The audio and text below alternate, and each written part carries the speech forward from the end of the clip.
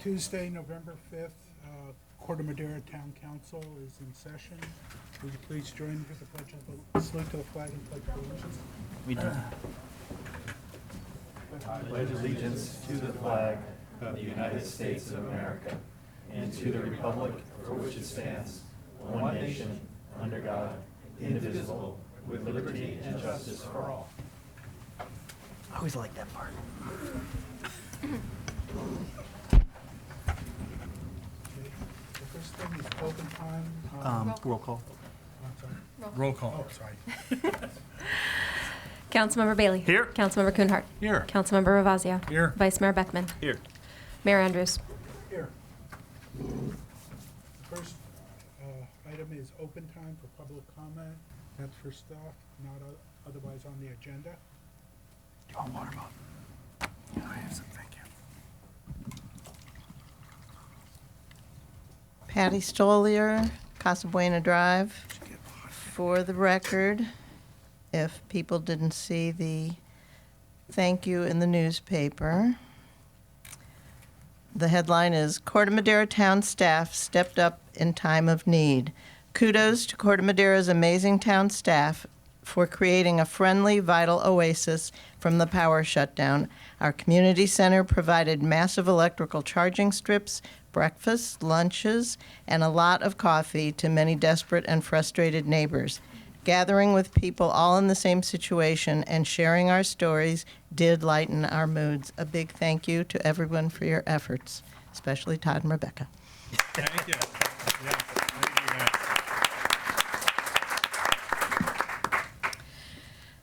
Good evening. My name is Hildy Simon, and I live in Corte Madera at 5156 Paradise Drive. I'm here tonight to let everyone know that the tear-down remodel of the residence and paving at 5148 next door to us has been going on for 5 years straight.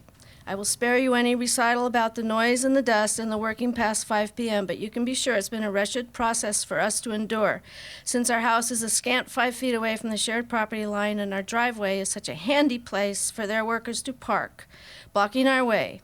To put a human face on our plight, imagine our disappointment summer after summer when our grandchildren cannot play outside in our yard due to the noise and dust from this remodel. To be sure, the planning department has been responsive. Thank you, Adam Wolf, for your calm demeanor and sympathy to our complaints about code compliance, drainage, location of pool equipment, etc. But my point is that there is not much actual planning going on. Any plan has to have a beginning, a middle, and an end, and so far there is no end in sight. It looks like we are headed into year 6 for this remodel. So where do we stand? The words ridiculous and unbelievable come to mind. Demo started in 2014. Now in 2019, the house is not finished. The railing on their pool deck and the second-story deck is not finished. The paving is not finished. The pool work, for which a permit was issued in June, has not even begun. There's no provision for a new fence. There's no provision for landscaping. What few plants that survived the worst of the construction are deformed and a fire hazard. A planter that had provided privacy has been demolished, and there is no plan to address this problem. Worst of all, there is no provision at all for an end to this misery of a remodeling projects. Most towns require an end point to their building projects. Why not Corte Madera? Why not this project? The people in planning assure me that this project is following town code and fully permitted. Really? So this can happen to any of you owning or renting in Corte Madera? You are okay with a 5 going on 6-year remodel conducted by various low-caliber contractors? I find this hard to swallow.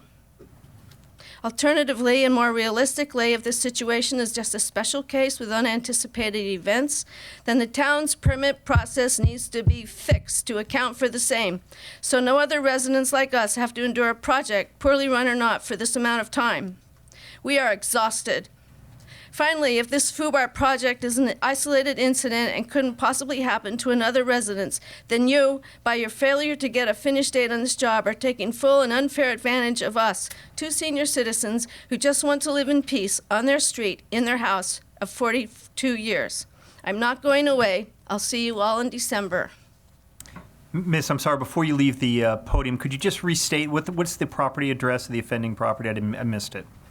5148. Okay, thank you. Thank you.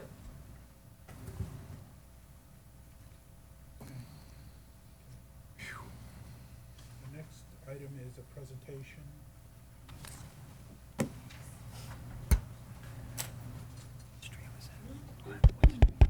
Okay. The next item will be a presentation on age-friendly intergenerational center. Carla, you've got 10 minutes. Okay, good evening. Thank you for the opportunity to let me update you on the Intergenerational Center. We are really, really proud of the progress that we've seen in the about year and a half that we've been in existence. As you recall, it all happened when Age-Friendly Corte Madera developed a strategic plan, and one of the ambitious plans was to build an intergenerational center back in 2017. Fortunately, our town manager, Todd Cusimano, was very much in support of it, and so we were allocated in 2018 a space in the community center. This was opening day on the 29th of April of last year. Here are photographs. I won't introduce them all to you, but are photographs of our terrific instructors, all professionals in their fields that we are really, really fortunate to have. This was our first month schedule for the Intergenerational Center. This is this month's, and you'll see the whole bottom row is missing because of Thanksgiving holiday. We have two types of memberships, gold membership for Corte Madera residents, silver membership for people living outside of Corte Madera. The fee is not a fee, it is a donation to Age-Friendly Solutions, which is a 501c3 that was developed strictly to fund the center, its instructors, and the materials involved. Some people think that it's a fee that goes through Park and Rec. It is not. It is a donation. As of today, but it was yesterday, so I don't know what today is, we have 405 members, and representing every town and city in Marin County, for the exception of West Marin. And we have probably about 200 children that come to the programs. You'll see all the cities represented there, including a member who commutes to visit family from Houston. These are all the programs that we have currently. And if you can imagine, since May of 2018, when our classes began, we now have 7,704 visits to our programs at the Intergenerational Center. And we are really proud of that. It far exceeded our expectations. Coming in 2020, we do not stop with our programs. In January, we will be beginning painting with acrylics. Also, we just this last week were given another space, which is almost finished, and that will be our teen hangout. We have wanted to have a teen hangout since before we even started. In fact, Restoration Hardware had even drawn up a design of suggestions of type of furniture even that kids would like.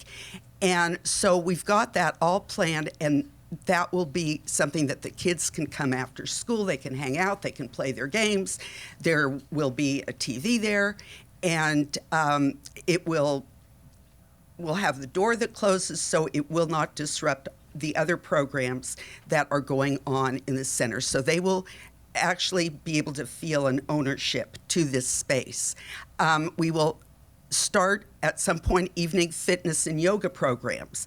A lot of the people attend or want to attend, but always say, we need an evening. Same with book club.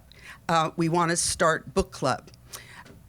We have some really fun programs that will be occurring on a monthly basis, that we have a wonderful, very artistic individual from town who will each month have a different type of program, whether it be the high tea party and art and cultural enrichment for all ages. Also, Spanish tutoring, jewelry making, more paint and sip, and intergenerational cooking. So all these we have on our plan, and with some of them we already have the teachers ready to go in January. One thing we enjoy, we have art for all ages, and they're really popular programs. And then we have chair yoga and fitness programs. We were fortunate to get 1 hour a week the fitness studio in the Corte Madera Center, and by the picture on the right, you can see it's very well used. We have crafts, table games. If you look at the top right, we started Mahjong. We had over 30 people come to the classes. So we have a series of 4 classes. Then there is sort of a hiatus, and then they have free play, and then classes begin again. So we will be doing that. And also we've had free play for bridge, and we have knitting, crafts, and so on that go on. Reading to preschoolers, you'll see, well, you could have seen on the count, we have over 1,000 kids have come to see the reading with preschoolers, and we thank Councilmember Kuhnhart for participating in that. And it's really, really such fun just to see the kids come through the door. Also, our makerspace. All ages come to that, and which you can see in the pictures. And it's really kind of a fun thing that they could do. And there's a lot of independent creativity that comes through the makerspace. We have the Friday at the Movies now, every Friday from 1 to 3. The last movie was Echo. What was the Echo? Thank you. And so we really try to get different movies that appeal to a lot of people. We have our new program, Introducing All Ages Pickleball, and that has been really fun. We do it indoors, except one day it was beautiful and we kind of had an overflow, so it carried outdoors. But it's really great, and it's quite an inspiration to see the age differences of the people playing with each other and against each other. We're always trying to celebrate generations, because that was one of the main purposes. And it really is good for every age. And I think that it's given a lot of people a sense of community, a sense of belonging, and a sense of purpose. We're very proud to be partners with and supported by the Marin Community Clinics, the Coalition Connection, who invited us to show the streaming program that was held a couple of weeks ago at Dominican, an evening with Nick and David Shelf, and that was on substance abuse, and it was really a very poignant interview. Then the County of Marin, the Marin County Board of Supervisors, Department of Health, College of Marin Mini Medical School, and the over 400 members of the Intergenerational Center who are so generous to the program, and other people as well. We were awarded with an honorable mention for the Heart of Marin Award earlier in the year. We were recognized in this mini medical school. The IJ has put in advertisements about us, and the last one was actually sponsored by the Nugget Market. Okay, here's where we want to clear some things up. Age Friendly Solutions is a 501c3 tax-exempt organization. We provide the instructors stipends, the expenses for snacks, all the materials used, the art supplies, the weights for yoga, many of the site expenses, fundraising expenses, and printing costs and outreach. The town underwrites the cost of staffing, most of the furnishings, the maintenance, catalog printing, which we share with Larkspur, and the Park and Rec Department, the utilities, and we also the town also underwrites the Park and Rec, DPW, and town manager's support that we get. Now, this is where there's been confusion. The contributions to age-friendly solutions are allocated exclusively to the programs and the services provided. The materials purchased by age-friendly solutions are the property of the age-friendly solutions and the intergenerational center, not Park and Rec commissioners. That has been something that we've had some confusion with. Those materials do not belong to the town. They are for the intergenerational center supplies. Age-Friendly Solutions is the governing body that sets the membership qualifications, not the town. It's the task force decides how much is going to be charged as a donation, not a fee, as a donation. And that does not come under the purview of anybody else. If it does, then we are violating our 501c3 agreement and we have to close the doors. What it takes to operate the center. The center program manager and I, as chair of the task force, perform the following duties. We develop the programming, hire the instructors, we do the scheduling. The center manager collects the fees and accounts for all the finances, database, sources of revenue, members' attendance. The manager also develops the quantitative analyses for grant funding and all the rest that you see on the list. The recently hired administrative assistant also is a godsend to us, and she provides support to the center manager and to myself. This is what we've been asking for since before we started, the public-private partnership. You've probably heard about this before. It's kind of like a broken record, but the goal is to create a public vision that the community will embrace to affect the successful development of the AFIC. We feel that it is critical to get some agreement with the town due to the liability and the responsibility that we're assuming. Right now, a lot of it falls or could fall on us as a personal liability. And we had one instance that already occurred, and we were not covered by the insurance. We had to pay for it. So at any rate, we really ask that we can get that underway so that we can ensure a collaborative relationship with the town and also be able to preclude any of the task force from personal liability. What next? Okay, the good news, some classes are overcrowded. And so we don't want you to forget about the Park Madera Center. Okay, this is the last one. See, I was on time. The current staffing hours, we want to expand those hours in January. We need the public-private partnership, and we need to get the word out about the Intergenerational Center. So please help us spread the word. The support of this center will ensure its growth and continued success. Thank you. How do you like that? That's a first, right? I A know. first? And so anyway, but I did notice in our audience, and you normally ask for any public comment, and there are a couple of members, 2 or 3 members here that may want to. But thank you very much, and please continue the support.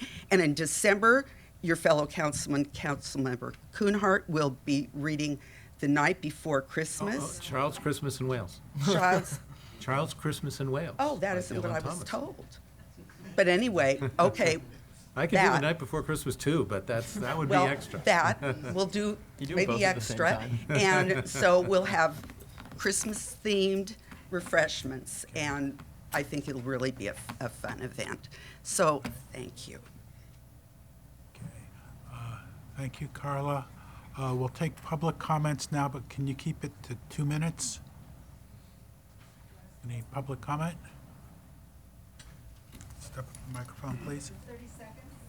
Okay. Even better.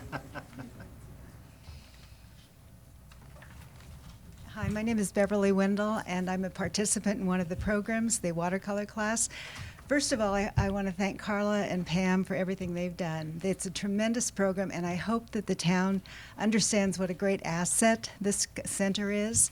Not only has it provided classes, and you saw the list, but it's provided a sense of community to a lot of our seniors, and that's where my advocacy comes in. I've been volunteering for Whistle Stop for 4 years, and I firmly believe in getting seniors out of their home, getting them involved, making them part of the community. And our class size in the watercolor class has doubled. But not only are people coming to the class to learn how to paint, but they've developed friendships. They go to lunches together, they go to movies together. It's become a community. So I just want to make sure the town understands what a tremendous asset you have. Thank you. Thank you. Anything else? This is not an action item, but if any of my fellow council members would like to make a brief comment. No? They want more. Okay. Oh, I'm sorry. Oh, I was going to say, hello, I'm Lois Pryor from Sausalito, and I've been taking the watercolor class at the Intergenerational Center since January. And I'd like to just do 2 things tonight. One, I'd like to thank the city of Corte Madera for supporting the center. It's wonderful. And I'd also like to thank Carla and Pam for their hard work in support of the center. And my testimonial is really brief. I've taken classes at College of Marin, I've taken art at UC Berkeley, and the kind of class at the Intergenerational Center is marvelous. The instructor is excellent, the staff are welcoming and helpful. People who come to the class are really dedicated and really interested. As Beverly mentioned, our class has doubled in size in a year. And we are running out of space. Sometimes it's pretty tight in the room to get enough room to spread out and paint. And finally, I've met people I've never met. I've met all kinds of inspirational women in their 80s who are coming with their walkers and their canes and painting gorgeous things and sharing them with their grandchildren and selling them at our party and doing wonderful things. And I feel like I have become a valued member of an artistic community. And I just want to thank you all very much.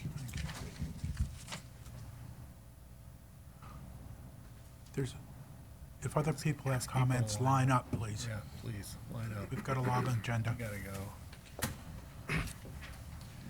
Good evening. I'm John Asdorian at 28 Tamil Vista Boulevard. And if I may, I'd like to invite a friend here, Carolyn, who will be doing a short talk on the Amazon Return Box Initiative. Is this the wrong time? Can't do that right now. Just asking. Yes, you are correct. It's the wrong time. Is it the wrong time? Oh, okay. So, sir, we have this is what they call public time, which is intended only for things that are not otherwise on the agenda. This is only about, we already. Oh, and this is actually the intergenerational center, right? Intergenerational. So you'll have plenty of opportunity, just at a slightly later time in the agenda. Right. You're right. Sorry. Hi, my name is Judy Levinson. I've been in the art class at Intergenerational Center. It's a wonderful class. The class is very packed. I also started teaching the American Mahjong class as well. And when we had 30 people in that room, it's very difficult to fit everybody. We need more space. Pam and Carla are fabulous, and they do the best they can to try to fit us all in the room, but we need more space. It's an incredibly wonderful program. Thank you. Thank you. Any other comments?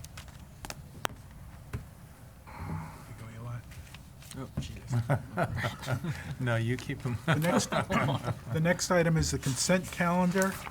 The purpose of the consent calendar is to group items together which are routine or have been previously discussed and do not require further discussion.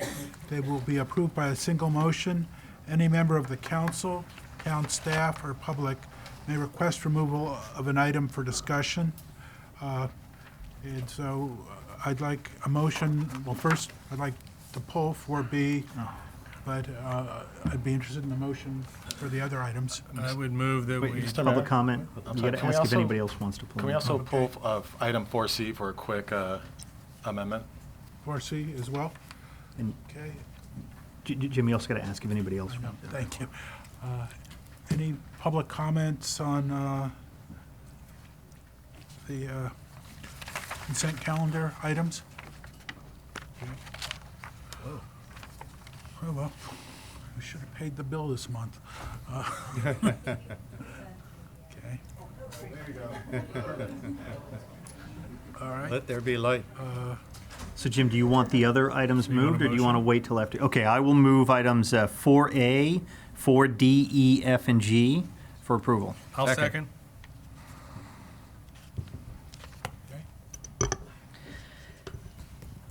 Councilmember Bailey? Yes. Councilmember Kuhnhart? Yes. Councilmember Ravazio? Yes. Vice Mayor Beckman? Yes. Mayor Andrews? Yes. Item 4B, I'll be voting against that because I'm very uncomfortable with section 9.36.70, repeat complaints. I don't believe that, I believe this particular item should be handled as an internal police department policy, and they should determine how they want to allocate their resources. Secondly, if we embed it in our town ordinances, I think there needs to be an appeal process so that we don't have someone who would be, for lack of a better way to put it, declared a de facto vexatious complainant with no way to appeal that. So I'm going to vote against that. But Jim, what was the first thing you said? Which section? 9.36070, yes. repeat complaints. And you think that it? And you want to What's your eliminate that point? whole I paragraph? just take it all out and let the police department handle it, as they've been doing it for years. Does the police department feel comfortable with that?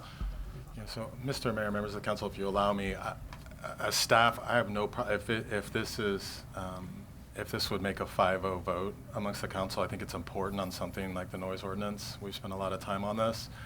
It's something I think is important, but again, I think it's more important to have a 5-0 vote.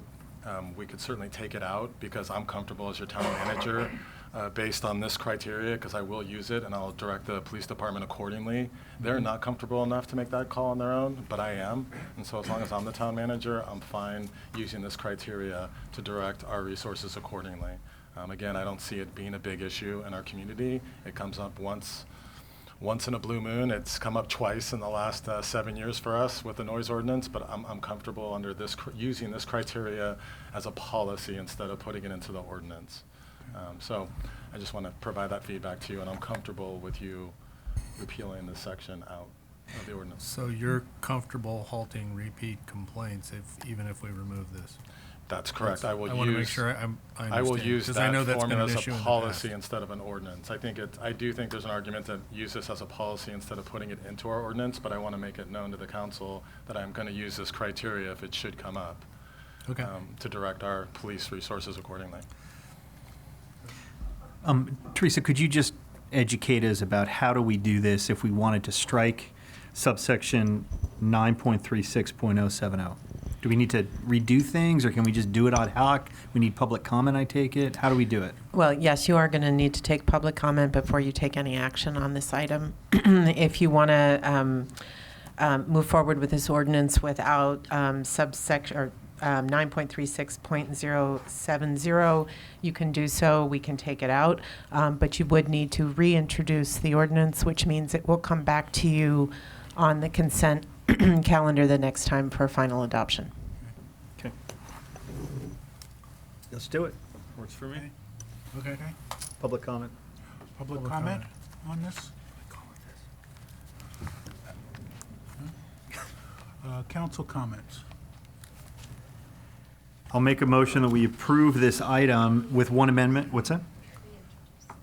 Okay, I'll move that we reintroduce the motion. Okay.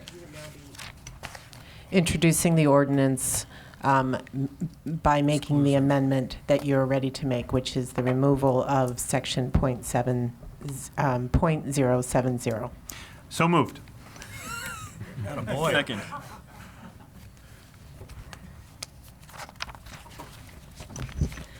Councilmember Bailey? Yes. Councilmember Kuhnhart? Yes. Councilmember Ravazio? Yes. Vice Mayor Beckman? Yes. Mayor Andrews? Yes. Okay, thank you, Town Mr. Manager? Thank you, Mr. Mayor. Item 4C? Members of the council. On item 4C, page 4, a quick amendment. This is on behalf of all of our Redwood High students here from government class tonight. Welcome. So if you go to resolution 46, 2019, it's on page 4. It's the last whereas paragraph. It reads, whereas town and city staff members have determined that the easiest means of distributing guest permits is to allow residents and guests to self-issue them, creating a potential for students to use them fraudulently. The Vice Mayor appropriately brought up, we shouldn't be calling out students. And so what we're going to do is creating the potential for strike out students to use them fraudulently and insert the words for fraudulent use. So it should read, creating the potential for fraudulent use. And for the record, I didn't know they were going to be here tonight. Does that make sense? Yeah. What am I saying again? Yeah. Too much coffee tonight. And with that, I have no other comments. Any public comment?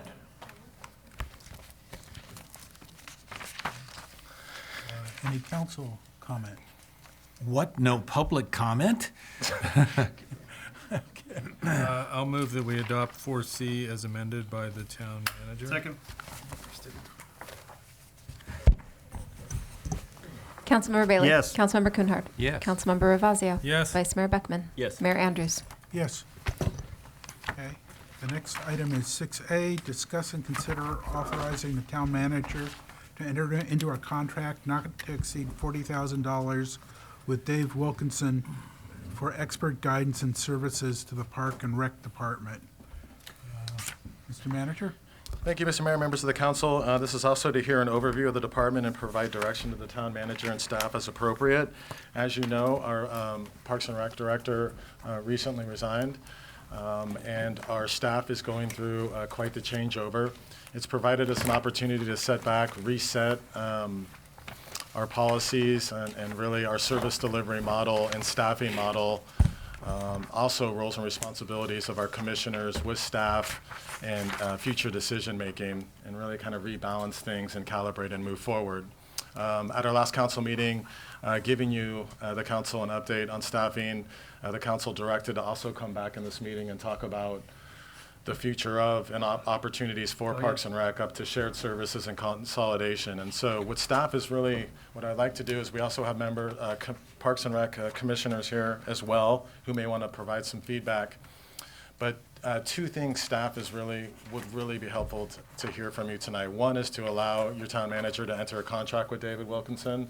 Again, his bio's on page 2. He should be familiar to all of us. He helped us with some mentoring and work earlier with staff in 2018. He was a longtime Parks and Rec director in the city of Larkspur. So that's the first thing. And what David would do is he would allow us to transition between now and January in moving things forward, evaluating the department, working with the commission, and then setting up opportunities for us in our decision-making as we approach January. So that's critical. From a human resources standpoint, Janet, our human resources director, will be beginning working with the commission and staff on a recruitment process for a director. And Rebecca, our town clerk, and soon hopefully to be assistant manager, and that's later on in the meeting, will be overseeing the department from an administrative services standpoint. So if there's anything from a human resource issue, personnel, budgetary, David doesn't have the authority to make those decisions. Rebecca would. So David isn't going to be an interim director. He's an expert. He's an expert for us within Parks and Rec. We have we have updated the contract. You should have a copy of that, and there should also be a copy in the back of the room. It has been reviewed and approved by the town attorney. So that's really the most critical, immediate piece for us. The second piece is we've engaged our Parks and Rec commissioners on what do they want to see in a new director? What are the qualities that we should be thinking about? They'll also be heavily involved in that process as we move forward. We'll provide copies to the council now. That's for your review. So that's an important piece. The third piece that would be really helpful for your town manager to know is, how do you feel about sharing services? How do you actually feel about consolidation? You know, it takes two to tango. We know we're talking about the city of Larkspur. Some background with the city of Larkspur: they run their library. Our libraries run by the county. So there's some pretty big differences there. Their librarian recently retired. They are evaluating different models of incorporating the library with Parks and Recreation, which we would have issues with something like that. It's a roadblock, but it's not something that at the end of the day would stop us from doing anything. In talking to the manager in Larkspur, we do want to build that relationship. We want to see what we can do and bring options to our council. Police and fire were very successful because we had long-standing relationships between Corte Madera and Larkspur personnel. This is unique because in really looking at it, our personnel knew each other, they were friendly, but they didn't really collaborate that well together. They didn't do a lot of things together, which is surprising to me. But on our end, we're gonna have all new staff. And so in talking to the manager and evaluating this, I think it's important that the council, if you do want to consolidate, a lot of times hiring a director can stunt that consolidation, right? It's the number one roadblock. We have an opportunity because we have a director opening. On the Larkspur side, they are going to have some personnel changes at the top over the next 2 years or less. And so it appears, and evaluating that, and consolidation is at the forefront of my mind, hiring a director immediately and incorporate and allowing Larkspur to be part of that process in some way, either at the commission level, the council level, or the city manager level. If we were to consolidate, that would be the director of the new consolidated agency. It will not stunt a consolidation. I think it actually sets the stage for a consolidation. So without getting into all the nuts and bolts, I just want to point to you, if you strongly support a consolidation, then you should strongly support really doing a really vast, aggressive and recruitment for the director position. And so that's some background. But based on that, I'm going to just basically turn it over to you. This is something we've talked about for a while. It's not new to any of us. I'm excited about the opportunities. I'm also excited about re-engaging the commission and really having them be involved in this process as we rebuild the department. And so with that, I'm happy to answer any questions. Todd, just to be clear, the only action you're asking today is that we authorize you to do the consultant agreement for $40,000 a year. And I'm also asking you, based on the overview of currently of the department, to provide direction to me as appropriate, which is About consolidation. It's all everything. Got it. Yes. Okay. Consolidation or anything else that you think is important as we move forward. Can we hear from the Park and Rec Commission? I'd like that. Fred? You're on. We have two excellent Parks and Rec commissioners in our audience today. We're trying to persuade them to say something. And I'll just say both Fred and Emily have been critical over the last 24 months going through a lot of this. So Fred thank you. Casisa, I think it's on. Fred Casisa, Chair Park and Rec Commission. As Todd mentioned, Emily and I have met with Todd, I think, several times over the last few years. More recently, we've met with them more often. But from our point of view, we're in support of a consolidation. That's the direction I think that would make it would make it more efficient. And I think at this point in time, it just makes sense. And again, as Todd mentioned, there's points of opportunities at certain points of time, and now is a good time as we are looking for a new director. There are synergies there, and there are some differences. We have a community center; they don't. I think they run like different summer programs than Corte Madera does. But again, those things, even though they may be opposite, once you combine them, I think would make for a stronger Park and Rec department. And you're well aware we've already done that with the police, Central Marin Police Authority, and also with the fire department. And it seems like this is the last piece for consolidation. So again, I can't speak. We didn't have a vote or anything like that from commission level. Meetings we've had with Todd, and I'll speak for Emily, that we're both in support of it. And again, I can't speak for the commission, but I think generally the direction would be to support consolidation. And we realize that it's not a thing that takes several days. The consolidation part, saying it's consolidated, may be easier. I'll use Todd's terminology. The nuts and bolts may take a little bit longer to get it together. But that's basically where we're coming from. May I ask a question? Sure. Is the commission in favor of the hiring of the consultant for the next few months? Yeah, we are. There needs to be somebody, I want to say, on the ground working at Park and Recs until we find somebody, a replacement director. Obviously, Rebecca will not be able to be running assistant town manager here and running down the community center to run Park and Rec programs. And we've worked with Dave on the commission level before as a consultant, and it worked out really well. So from that point of view, I would recommend that you approve the contract for Dave. And if any of you attended the power shut-off there, David was one of the people running around helping people. So probably, if you didn't know him by name, you'd recognize his face. Yeah, and one thing we found out, even though it's been a short period of time since the previous director resigned, both Rebecca, Dave, and I'll throw Todd in that mix also, have been totally responsive to the commission. Whether that be questions, whatever it is, they're extremely responsive to us and our needs and what we're looking for. So we appreciate that. Other questions? Okay. Any public comments? Thanks. Thanks, Fred. Thank you.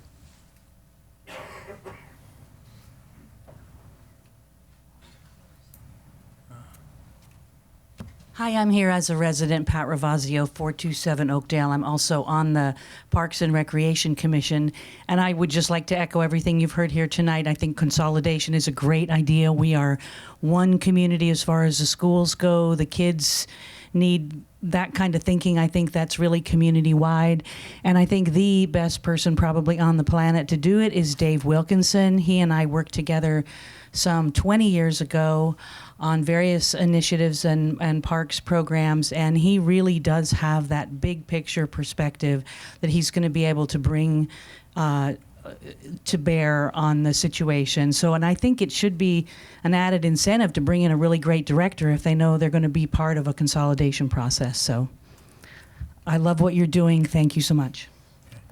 Thank you. Okay. Any council comments? I was going to go ahead and make a Oh, motion. no, I was just going to say, I've known Dave for years. We are lucky to have him. And in terms of consolidation, you wanted feedback on that. He's the perfect person to do it, right, and help with that. And I think consolidation is a great idea. I've been a part of the fire consolidation, the police consolidation with Larkspur. We have worked closely with them. It always works well.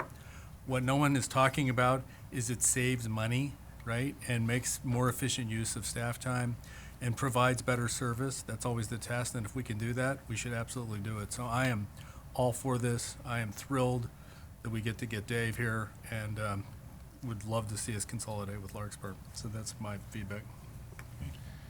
It was referred to by Park Commissioner Ravazio, but I just wanted to comment that our Larkspur Corte Madera School District is obviously one and has been for, 30 years. And a lot of the recreation programs really grow out of the schools, and there's just so many interactions between members of the Larkspur and Corte Madera communities from preschool all the way through high school. And it seems to me that it's natural to have recreation coordinated maybe a little better with the school districts and coordinated among the two communities. So I like that direction. I also appreciate Dave Wilkinson's stepping up very significantly during the shut-off and shut-out. And so I'm in favor of this direction. I mean, Mr. Mayor, in light of the clear consensus, I'll move that we authorize the town manager to enter into the contract and give him direction to proceed with consolidation with all due haste. Second. Councilmember Bailey. Yes. Councilmember Kuhnhart. Yes. Councilmember Ravazio. Yes. Vice Mayor Beckman. Yes. Mayor Andrews. Yes. David, good luck and God bless. Thank you, David. Okay, good. Oh. Yeah, David. You know, we. You're limited to 12 minutes. No, 2 minutes. I want to thank the council and the commission and Pat for the very kind words. Pat, it's been over 20 years, I hate to tell you, but and for those of you who don't know, I started my recreation career here in 1981, and I met some nice people. I was here 1 month on the job during the flood, and as Yogi Berra said, it was deja vu all over again during the latest crisis. But Corte Madera back in '82 came together, and nothing has changed. So I'm very happy to be here, and thank you for the kind words. I'm going to tell my wife tonight when I go home that there were kind words about me. I don't think she's going to believe it. Lucky for you, it's going to be on video. She Yes, can it's watch taped. it. You can, Thank you, Dave. You can play it for her. Did we vote on that yet? The next is 6B, Town Hall Complex Edition.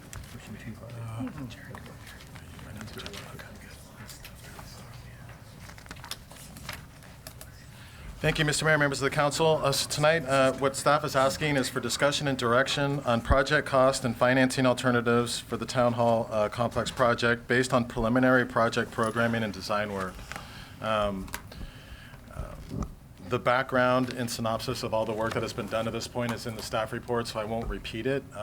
This has been identified over the last few years as one of the #1 issues. I think the fire personnel will argue that, you know, the firehouse is right up there with the town hall issue, but in Corte Madera, there are 2 major issues. It's the town hall complex as well as the firehouse. And so tonight we're going to talk about town hall.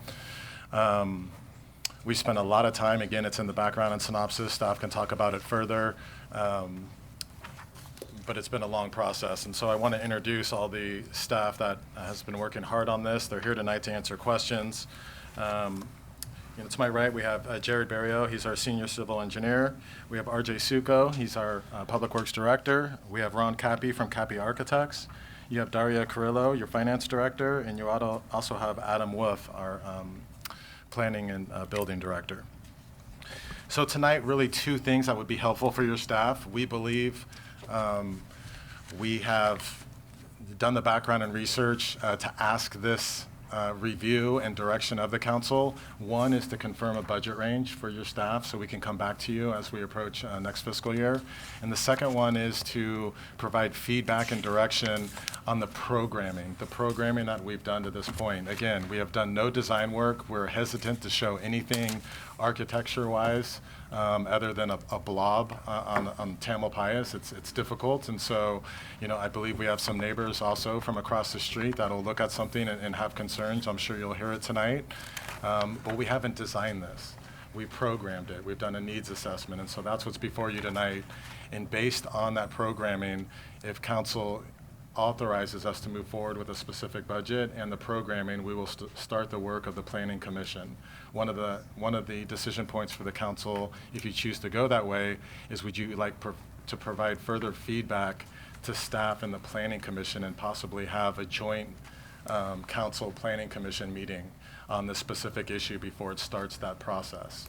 And so that's what we're asking. I'm going to basically pass it over to Ron Cappy and staff to basically provide a PowerPoint and some options to you and provide background on how we got here. And then Daria and I will jump in and talk about budget and answer any questions you have. Before we go into the PowerPoint and we start talking about options, instead of calling it option 1, option 2, option 3, or whatever, can you give me a brief sort of description of what each one of those would be? Because last time we had this conversation, half the people were talking about they thought option 1 was one configuration. Yeah. Mr. Mayor, you have one option tonight. One option is kind of based on the feedback we got last time and the work that our working group has done. One option we're gonna review tonight, and we'll give you a reason why it's one option and where we're at. All right. Thank you. So thank you, Todd, and thank you, Mr. Mayor and members of the council. thank you to the public for showing up and really filling out our council chambers, because I think it really helps to paint the picture of the need that we have here to talk about programming, especially with this addition and expansion and improvement to our current facility. What I want to echo that Todd mentioned before I pass it over to Ron for the PowerPoint is that this is very much a programming discussion. He's going to show you what looks to be final plans, but they're not near that. They're conceptual. They have been developed to what you'll see so that we can get a fairly accurate cost estimation so we can have this conversation. But they're very flexible and fluid and conceptual at this point.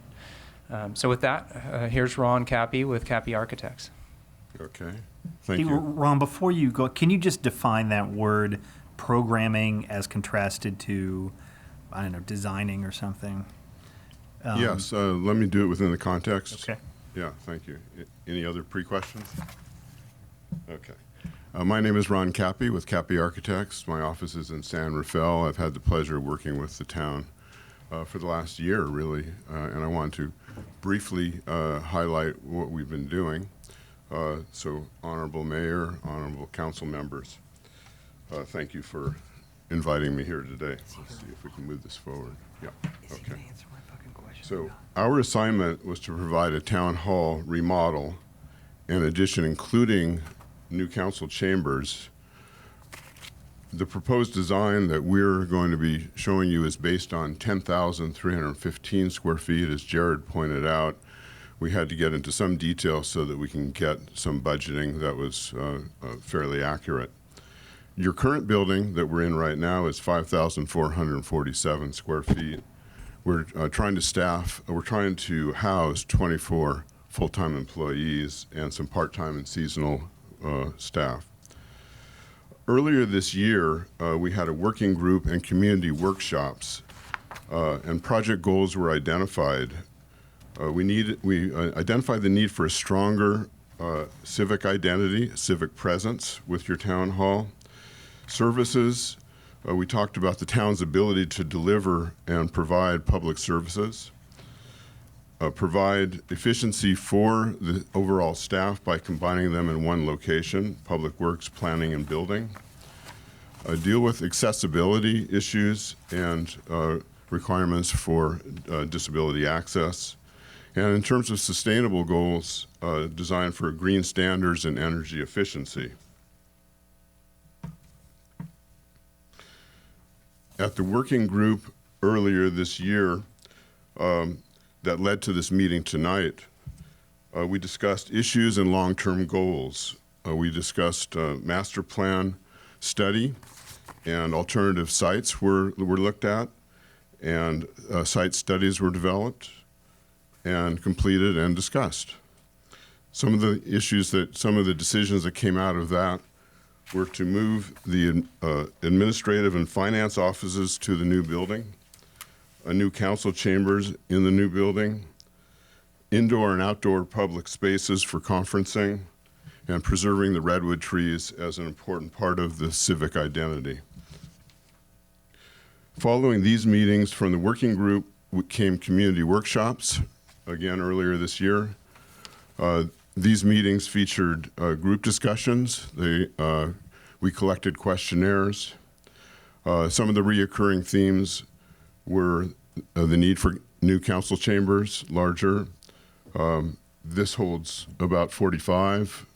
What we're going to show you is something double that. The existing building mostly got negative comments.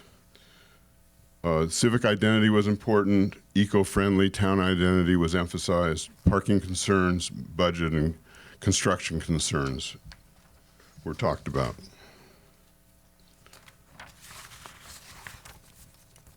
That's the slide that goes with that. This is the site in orange that's next to the square that we're in right now. So we're talking about just adjacent. We are talking about, as I said, 10,315 square feet versus 5,447 for the existing.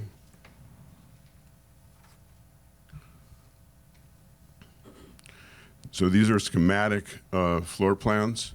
In terms of the programming question, these represent what we were told by the different departments, what their needs were in terms of personnel, in terms of support services, and then another part of the program was the public counter and trying to make that a lot more useful to the town.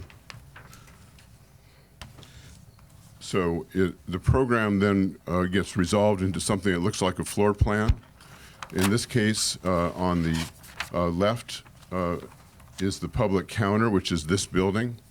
That's for Public Works, building and planning, and some of the support offices there. So that's all, it would take up the whole floor here. We're showing an entry lobby that joins the administrative building that's to the right in this plan. We're showing a public plaza, and we're showing the 2 redwood trees that are adjacent to this building. There is an entry from the parking lot, and there's an entry from the street. This represents 6,176 square feet approximately. Below the administration building is parking. The parking that we're showing is it's under the building. It's approximately in the same location that the parking is right now, this next to the ramp. And we're showing staff parking. We're showing visitor parking. We're showing the lobby as a joining piece, and then below the public counter are more offices. All of the downstairs of this building is not being remodeled, but part of it was being remodeled. The trees, it doesn't show up too well on this, but we wanted to leave the minimal disturbance to the slope and the trees, so the trees actually come up through tree wells for the public plaza. So we leave the soil and the roots basically undisturbed. What we're showing down here is 1,516 square feet. And then above administration is the community room council chambers that we're showing with a layout of 94 seats. This is non-fixed seating so that there's flexible use. One thing that we definitely saw last week with the community center is the need to have more flexible spaces for the community to use. In this case, it would be shown as 94 seats for a council meeting. And that's 2,621 square feet. These are some elevations. One at the top shows the street view, where on the right-hand side would be the council chambers in the administration building. In the middle is the elevator and the vertical circulation, the stairs. And then on the right-hand side is the public counter, this building right here. The lower image shows the parking lot elevation, and that you can enter from the parking lot to the elevator, get to all 3 floors, or walk up the stairs to get to the public counter or visit the admin building. Below, you see the parking that's indicated on the left-hand side.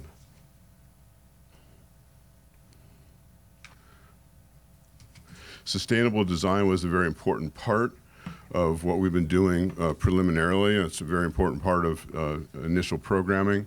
We're taking a 3-pronged approach. We're looking at LEED version 4.1. They have a preliminary checklist that we go through and talk about LEED goals, sustainability goals. California Green Building Standards have incorporated a number of these goals already, and we would implement those. And then we've also been collaborating with BayREN, the Bay Area Regional Energy Network, who are helping us to look at reducing carbon emissions, promoting healthy and energy efficient buildings, and developing energy saving programs. So using all 3 of these to kind of build up an approach that's sustainable for the town. I've highlighted a whole list of design features that were incorporated. The whole upper group was included in the cost estimate, so I'll briefly list them. Bicycle and shower facilities, preserving the existing redwood trees, which also provide solar shading for the building. Low VOC interior products, that's volatile organic compounds, that's paint, that's carpet, that's the ceiling, all that, so that we have good air quality inside. The design should show access to natural light and ventilation with operable windows. Reducing the heat island effect, which is caused by a lot of asphalt. They have cool roofs that reflect the heat off the roof so that the building itself does not bring heat into the environment. Optimizing energy performance for your heating and cooling. During construction, a waste management plan is made so that we're not putting things in the landfill, or as little as possible. A smart rainwater management incorporating irrigation, possibly incorporating gray water, and very low drought-tolerant landscaping is pretty much the norm these days. High-efficiency interior lighting and local controls. For the neighborhood, light pollution reduction. You do cutoffs on any kind of lights in the parking lot, that kind of thing. Water efficiency, plumbing fixtures. Regional priorities are also considered, such as sourcing your materials more locally, so you're not traveling long distances bringing materials in.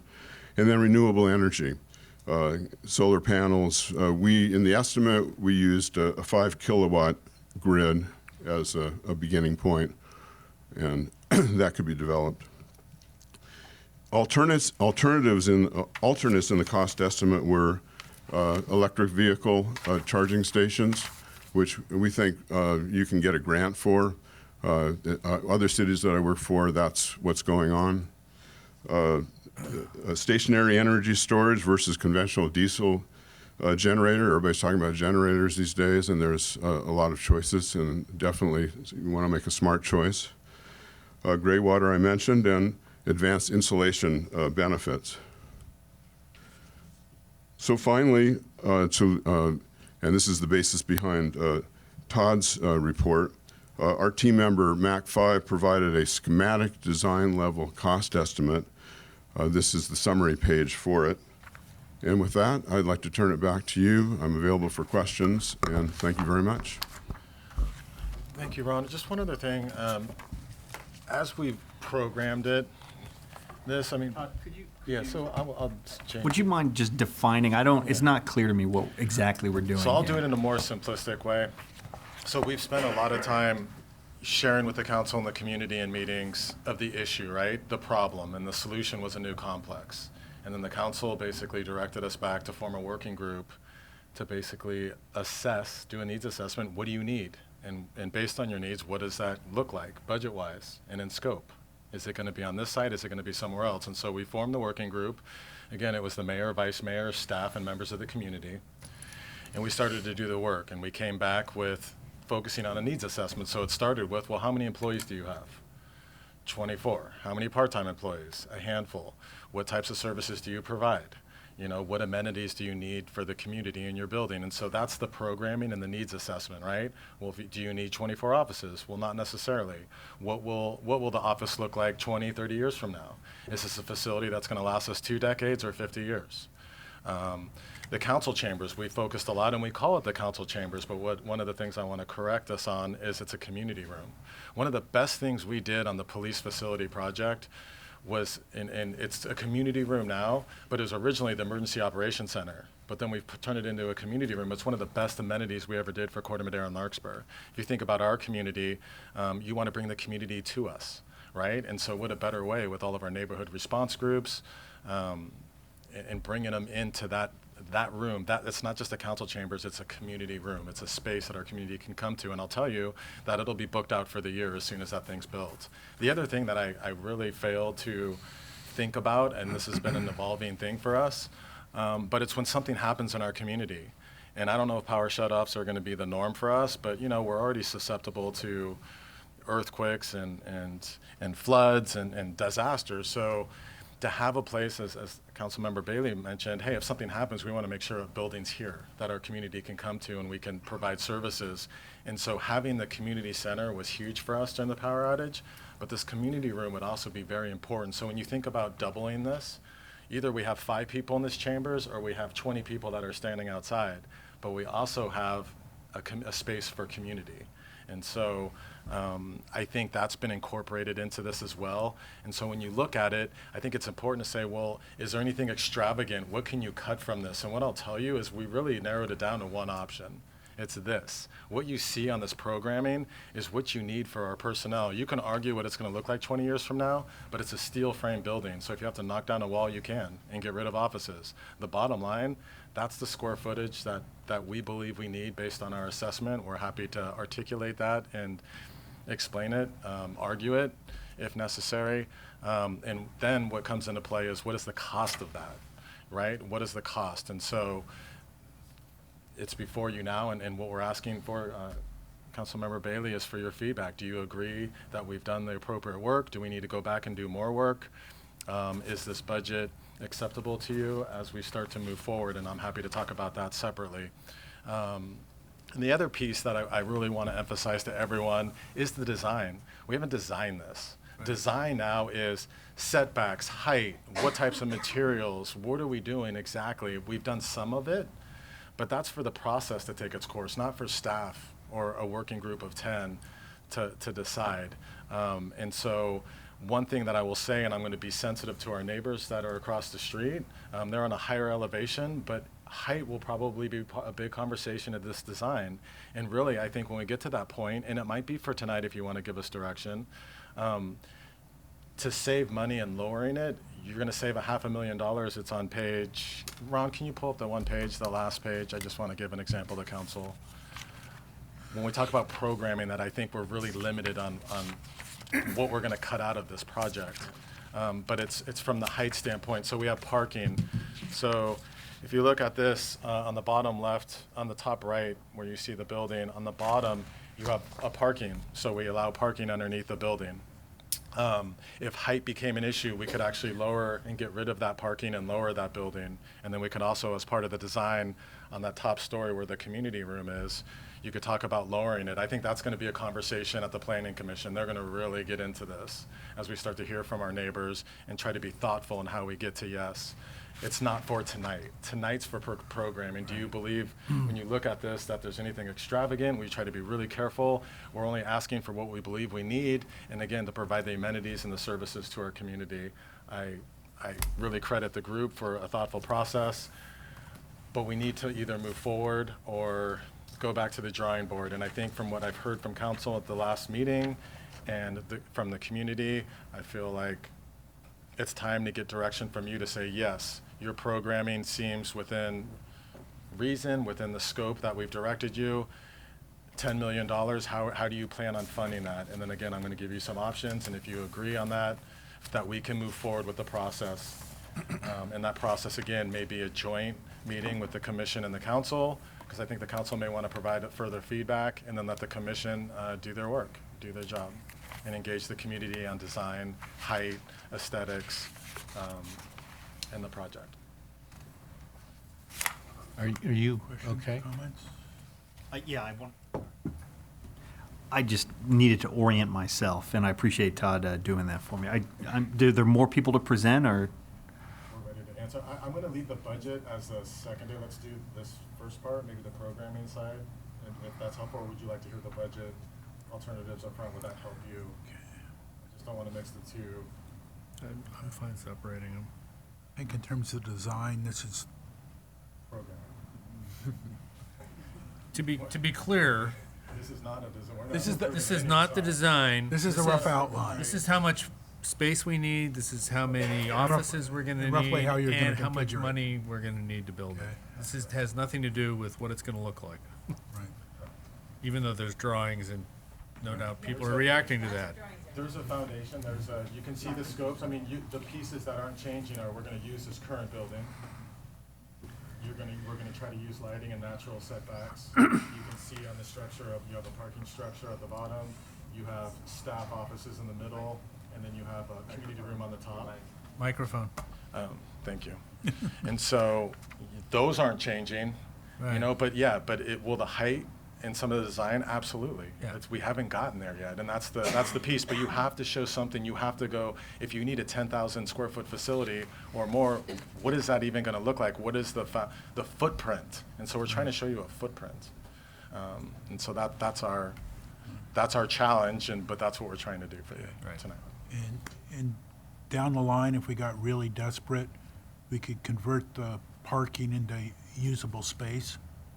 In the way that we're showing it right now, yes, Okay. absolutely. If in 40 years they needed the space, okay? Yeah. David? So are you looking for questions at this point only, or what? Questions? I have one question, but we're holding our comments until, okay. One of the things that is in this concept is reuse of the ground floor, which in my experience is not tall enough to fit our town manager's head in, among other things. And so I was wondering what accommodation is being made in that ground floor in this concept to make it a 6'8", a sound height, normal height. Let me bring it to the floor plans, which I think are the most relevant Yeah, things. there you go.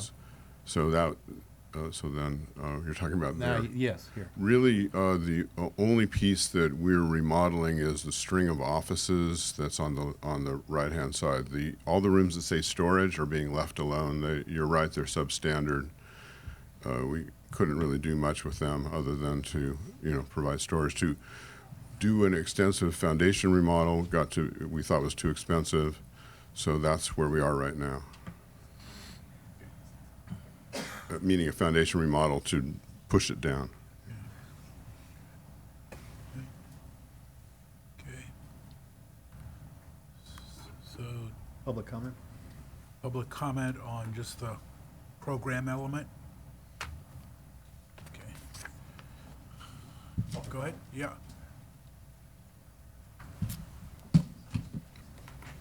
Hi, I'm John Jackson. I am the part of the previously mentioned neighbor across the street. I live at 315 Tamalpais Drive. Appreciate the opportunity to speak with you all tonight. I'm here with my wife, Ann, to express our intense opposition to the proposed addition as currently, we'll use the word programmed. And I think, Councilman, you've done a good job of trying to understand what the heck programming means. I think your manager has tried to explain it to you, and he's done a pretty good job, and I think it's over-programmed. I'm straying from the script that my wife gave me based on what I've seen here tonight. The addition as proposed will significantly impact the quality and character of this neighborhood. We are concerned about putting this modern structure into a neighborhood that is mostly populated with Victorian, Craftsman, or California shingle houses. So you're putting this large industrial-looking building there. So even though we are significantly impacted by this building, and I'll talk a little bit about that in 30 seconds, we were not asked to participate as stakeholders in the work group.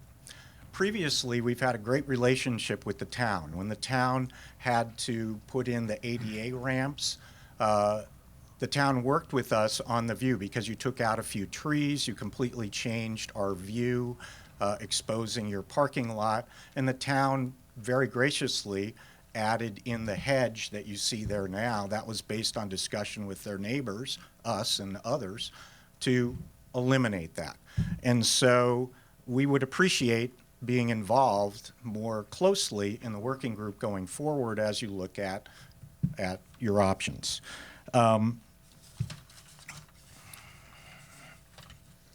In terms of the change, a good way to visualize this, and I think when Mr. Cusimano, who so graciously came over and met with us, and we very much appreciated it when we contacted him, if he stands in our living room, I pointed out to him where this roof line, this mysterious roof line that, even though I've seen repeated pictures of it being 3 stories tall, I'm told is not actually going to happen. I want to be participating. I'd be happy to host every one of you over in my living room, and I'll show you where the line will be, which is basically at the top of your flagpole. So if you look at that, that's actually going to be your roof line as it faces the street, and so that is actually almost as tall as the trees. You're going to create a wall there. A good way for everybody else to picture that is to consider the building that's going up at 200 Nellen. That is, it's hard for most of us to visualize, and Todd, I think you would agree, you did not actually visualize well until you came over how tall that building would be. Visualize that building at 200 Nellen sitting right there, and think how that's going to look in our neighborhood. Then finally, the only other thing I'll say is on the programming. I'm a guy who's been in business for a while. I've had to rent spaces for 40, 50 people. I work in a company that offices don't exist anymore, right? We all work in an open environment by and large. And so what you're programming is last century technology of everyone being in an individual office that impacts the number of square feet you need in order to house them. So I would challenge the council to go back. I assume you're going to approve Todd the town continuing to look at this, but I would challenge you to really question what the programming is. It's not what the modern worker is involved in, at least based on my experience. So I do thank you for your consideration. I realize I've gone over a little bit. You can tell it's an emotional issue for us. We love living in Corte Madera, and it will drastically change our quality of life, and I think it changes the character of the community where it sits. Final thing I'll say, thing that was most shocking to me tonight is to hear that we are prioritizing this in our town over the fire department. Given the recent fires in the area, which are going to continue for the foreseeable future, we're putting in offices instead of helping these guys out. I don't know. Let's look at our priorities. Thank you very much. Okay. Any other public comment? Okay. Yeah, but may I? Okay. I just wanted to, I think it's important. I think through this process, one of the most important things that we had to identify as a council, as staff, as a working group before we even decided anything was, what are our priorities? And there's two. It's the firehouse and it's town hall. And if you actually look at the 32 code violations in this building right now, compared to the firehouse, compared to the services we provide, it became clear that this was the #1 priority with the firehouse within the next 5 years, doing a renovation which will be in our budget, as well as in coordination through the fire authority. So I just want to make that clear. The process then identified this as our civic center. This is our civic center, so when we know that the firehouse right here, Station 14, our primary firehouse for the Consolidated Fire Department, is going to be here for the next 50 years, then it confirmed this is our civic center. And so once it's our civic center, the question is programming. What do we need? And we need a working group to identify that, and I feel like that's what we've done, and that's what you have here. If you look at this again, things are going to change from 20 years. No one in this room can tell us what this office will look like in 20 years, but based on what we've analyzed, what we've evaluated, the service that we provide, this allows us within the footprint to change the model, if it's open, if it's closed. If you look at the left side, we provide a public space, a public counter that if anyone that has been here in the morning sees the amount of traffic that comes in, you have the openness. You also have a need for office space. You have people that do these council packets are incredibly complicated in a 2-week period. You can't have someone in an open space talking to people. You have to analyze, you have to have privacy. And so the offices and the personnel that have offices, they need it for a reason. And the last piece is and it's well stated, the design part, the height, the aesthetics, how does it impact the community? That's not for any staff member to tell anybody what it should look like. That's for the process. And I think that's where we're absolutely going to have to engage our community. That's what we do by practice anyway. I heard him loud and clear. Mr. Jackson and anyone else on this street will be involved in that heavily. It's just not for tonight. I'll just stand here and tell you that we've spent 18 months of our life evaluating the priorities of this community and the needs that your staff needs today and in the future, and this is what we're presenting you tonight, and we stand by that. Can I, Mr. Mayor, would you allow me to make a comment that I think is relevant here? For the last 40-some years, I've been engaged in community development of different kinds. And I've seen a number of projects right at this stage that have a very awkward moment, precisely because of the definition, the difference between a program and a design. And over and over again, a new proposal or a new building proposal will come forward, and a designer will put together the zoning envelope. How can we accommodate 24 employees plus X number of 100 visitors and X number of public spaces and all this?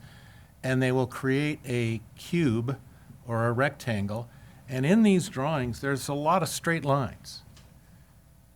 But it creates an awkwardness, that an artificial appearance that things have been resolved that are not resolved yet. But in order to get to a cost estimate, you have to build up how many people are going to be in offices, how many public spaces, how many this, how many that. It's an accounting process more than a design process. So what we've done is come up with a straight lines on a page accounting process. There may be too many offices as opposed to open workspaces. I can't stand open workspaces myself personally, but anyway, for concentrated work, but those things aren't final. It's a program. In a single-family house, a program says, are you building 5 bedrooms or 3 bedrooms or 2 bedrooms? Are you building a great room, or are you building separate kitchen, dining room? What is the overall program that's got to be accommodated and then counted and build up to a cost estimate? And so I think, although I like very much these conceptual drawings compared to the initial ones we saw last spring, these are very much better. I have to say that it's an awkward thing to try to communicate to folks that this ain't a design, it really is a program and a building up to costing. Well said. Thank you. Is As a there non-architect. consensus among Very well said. council member that we're comfortable with the program is laid out? Can we just talk about it for one more minute? Yeah, sure. So I appreciate the explanation, David. I don't think I did understand until you just explained what you just did. As I understand it, maybe Todd or somebody can reassure me that the planning department's design review bears no real relationship to the appearance that we see in these schematics, right? The elevations that appear in here do not connect in any direct way to what's going to be presented to the planning commission. Is that right? Or maybe Adam, other than maybe square footage or something like that? What's the relationship between this programming approval or direction that we give today, and does it somehow handcuff or inform, or what does it do when it makes it to the planning commission? Well, so I think the next step at the planning commission would be, as we do with significant projects, would be to have a preliminary hearing where you take something like this, and I think there is you do have to fill out the program into some sort of floor plans, which then show themselves within sort of the elevations that you're seeing tonight. So this would be the jumping off point. It would obviously be developed further before going to the planning commission, but the planning commission would want to know things like, at that preliminary hearing, they would want to get a sense of what the actual height of the building is with this particular program, very specifically in terms of, is it going to be the parking underneath or what, that is. There would also, they would want to have a better sense of what entitlements are even required. So we haven't done the full analysis of what, essentially, clearly design review. We know design review is going to be one of the things that planning commission would look at, and the findings for approving it would be there. It may need a variance as well. So, okay, here's where I'm going with that. May I continue, Mr. Mayor? Certainly. So let's just say hypothetically that we're all in agreement with sort of the concept that there's going to be a $10 million worth of buildings going to have to be built to house sufficient administrative resources for the next 50 years, and that will be seismically retrofits that in the event of a disaster, we have like a place. Okay, let's say that's the broad constraints of the programming that we want to. What I'm apprehensive about is just in the real world, have we now backed ourselves into some giant blocky, 3.5-story structure that blocks the neighbors in a way that they, their whole world. I mean, have we indirectly already sent an approval here to what the final design will look like? Do you want to answer that? I think this is the program has to be presented in a way that's realistic to a certain extent, in the sense that in this case, you get that much square footage, and if you put parking below it, it's going to have a height, and I think it's accurate to say in terms of what the height of the structure will be next door would be fairly significant. So I think that is real. Are you backing yourself into a corner? I think if you wanted to provide guidance on that particular subject at this meeting, it's not inappropriate to do so if you feel, based on the fact that this program as presented needs to fit into this structure as I think the Cappy sort of highlighted in his slides. Again, but it's not a fleshed out design by any means. Okay, So it will, no, I'm getting it now, I think. What's the Let me zoning? ask a Go ahead. question. Okay, if the annex, we wiped out the parking under the building, I don't believe we'd be losing much square footage except for one utility room. But would we then run into a severe parking constraint, just from a design standpoint? Yeah, so this is where the rubber's going to meet the road for us. So let's just, what we've heard tonight, Yeah. it's going to be height. And so what we put in here is programming, this isn't necessarily staff-driven, to be really clear. Like this, there was people, the community room's very important, parking was a concern, and so we started with, this is all the things we've heard, right? So to lock us in, I'm still, what you see right here, a community room and this, yeah, I'm asking the council to say yes, and for staff and the commission to figure out what that looks like for yes. And you're asking for all of the town administrative departments to be in the same place so that they can function together. Right? Absolutely, but the question that's going to come into play, and it's going to be the key to all this whole process, is what I think you're getting at, Councilmember Bailey, is yes. What does it look like? Because height's going to be an issue. It is for the neighborhood. We've heard it. And so can you lower it by 14 or 15 feet? You can. You can take the roof line and you can redesign. But then the you roof can't line. get all the other stuff you need. No, you just eliminate the parking. You eliminate the parking. And so you're not locking yourself into parking right now. Staff is going to work with what we hear from the community and the commission and go, okay, if height is an issue, we need that community room, we need those offices, but can we eliminate parking and lower that building 15 feet? Is there a way to do it? And we potentially can, but that's for the process. Okay, I get it. I think But then we have to figure out where we can get more parking eventually. Possibly, and that's for the decision of for the process. And so, but we're not locked into a big blocky, there's a lot of he's outstanding at what he does, and that's where we are. If we get direction, because we need this direction from the council, so now we can engage our community. What are we even talking about? And then what are ways that we can do? What I'll tell you is staff, again, what we're kind of jumping on the table for you right now is to say, you believe that we've done the work and the programming for what you see for the offices in the community room? It sounds like that's right. This is our civic center. Let's move forward. Let's move forward with that, and let's start designing this and engaging the community. Okay, may I ask another question? So on the task force, the working group, it was David, you and Eli, right? Or who was it from our town? Jim and David? Jim and Eli, sorry. Okay, and then a couple architects, Mr. Cappy and somebody else? Who else was in that, just generally, Michael Harlock. Michael, yeah. Mr. Warren Masson.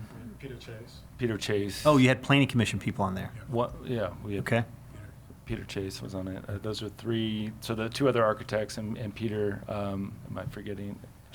I think those are the only applications we received. And their sort of white paper, if you will, is what we see in front of us today. Their conclusion is sort of this. This is the sort of agreed program, if you will, from that working group. A big part of the conversation at that time and at the direction was making sure we got the site location correct. And I think, Mayor Andrews and Councilmember Beckman could speak to this as well. But that was, at the time, the main focus is where are we going to locate this? And there were some other alternatives that were thrown out at that time in the process, all the way from Park Madera Center to the park to here. And I think everybody consensus was this is the proper location. And the footprint that you're seeing right now is sort of the location that we talked about. From there, we also engaged in a needs assessment with staff and CAPI, talking about it. But I think the last meeting we had with the council, I think we expressed generally the size of the program that we're going to need to develop further. Okay. But this is. I mean, if you're willing, Eli and Jim, I'd like to hear what you think. Well, we looked at the other sites. Park Madera, the problem with that is that we've still got the mortgage on it until 37, and, basically financially it's locked up for another decade or so. We also looked at the corner of, Pixley. Pixley and Tamalpais. Yep. And the difficulty with that is, that's former bay mud, and so just the ground cost, putting up a Okay. stable building was prohibitive. So that sort of meant we had to come here. Then the question is how can we get all this functionality into this tiny lot? And,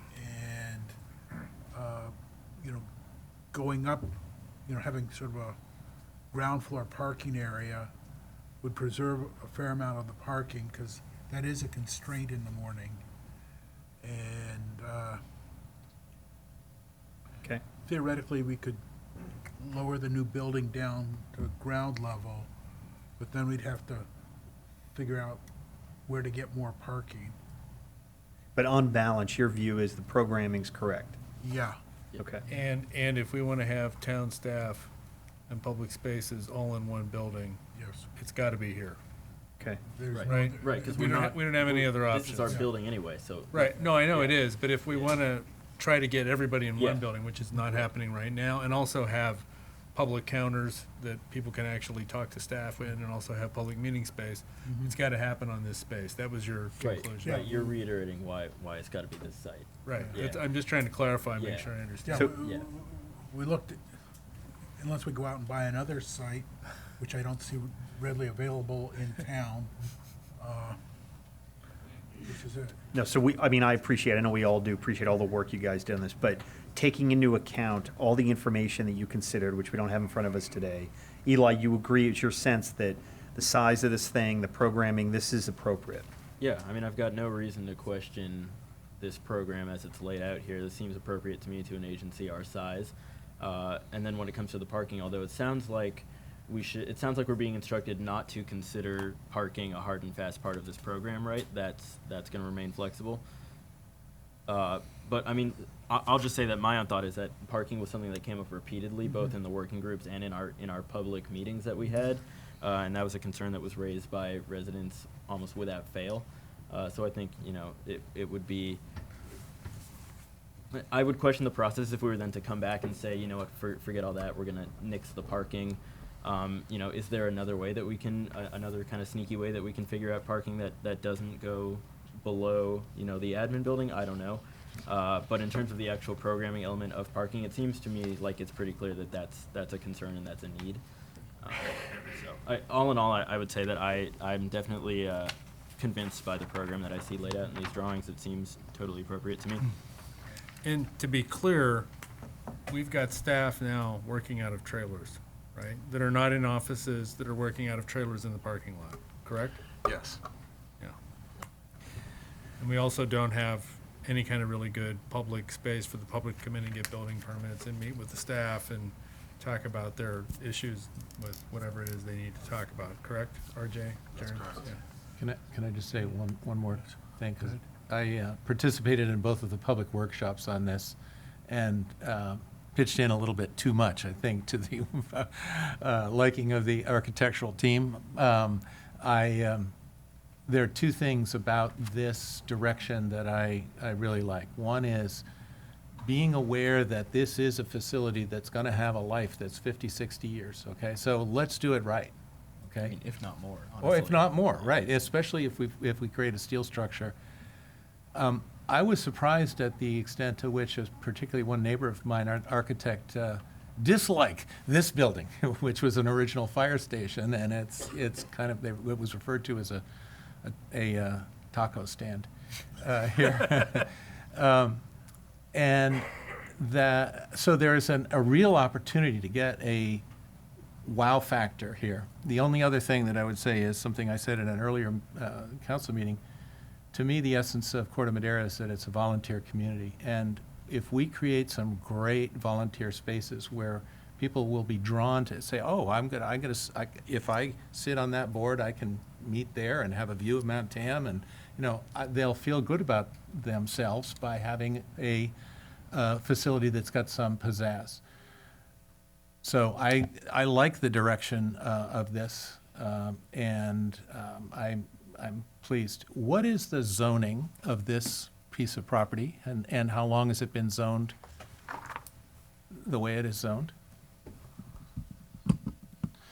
I'm not sure I can answer the second part of that question, the actual data that's been zoned, but it's public, semi-public zoning. It's the same zoning district that most, if not all, the other schools have in other town facilities. Anyways, it's been at least, I will say at least, since 1994, and most likely even before that, probably the 78 zoning ordinances goes back maybe to that. 30, maybe 3 dozen years that there could be an expectation that there would be an office building here on this piece of property. Right, That's fine and with as we me. talked about in the working group, so the general plan in 2009 even talked about looking at upgrading facilities in this location as well, so. No surprise. Okay. So do we So, have I mean, consensus? yeah, I mean, speaking for myself anyway, I'm very much on board with this ends with a bit of a conundrum, let me just tell you, but I'm very much on board with the larger concept, which is a $10 million plus structure, even though you're going to talk to that next, which can house staff not just now, but for 50 to 100 years in our future, is seismically retrofits in the event of a disaster. We still have support services, is environmentally green to the extent we can manage it, and allows flexibility in the design for community use and so on and so forth. Where the rub is a little bit, though, is that we learned a bit of a lesson with the whole wind cup structure, that among other things, the appearance of it has to be palatable, and that the functionality of the building has to be met with, like, it has to look okay, which means the neighbors have to be okay with it, or at least even if there's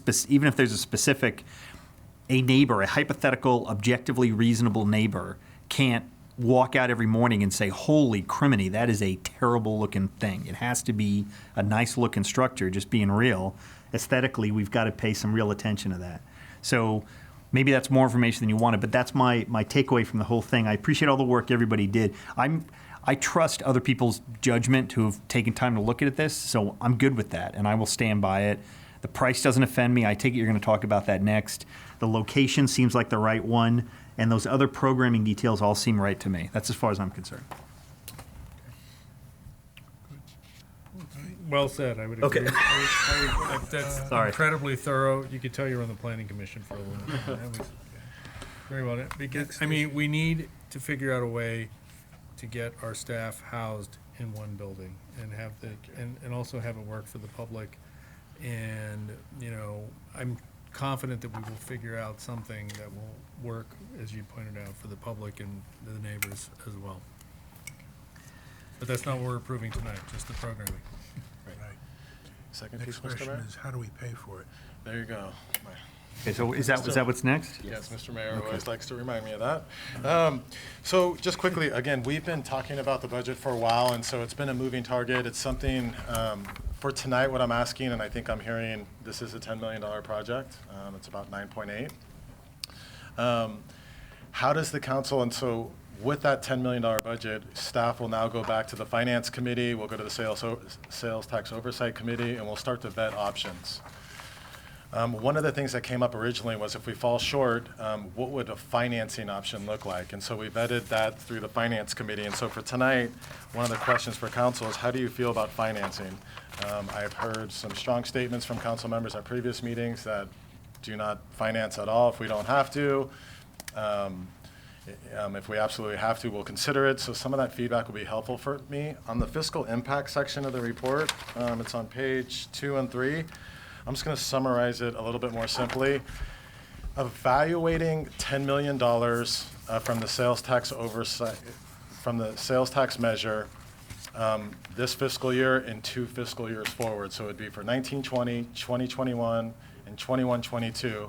When you look at if we got the go-ahead to move forward with the design process now, looking at a really tentative schedule, we would pay for this project over 3 fiscal years. This fiscal year is the design work, and then it's construction.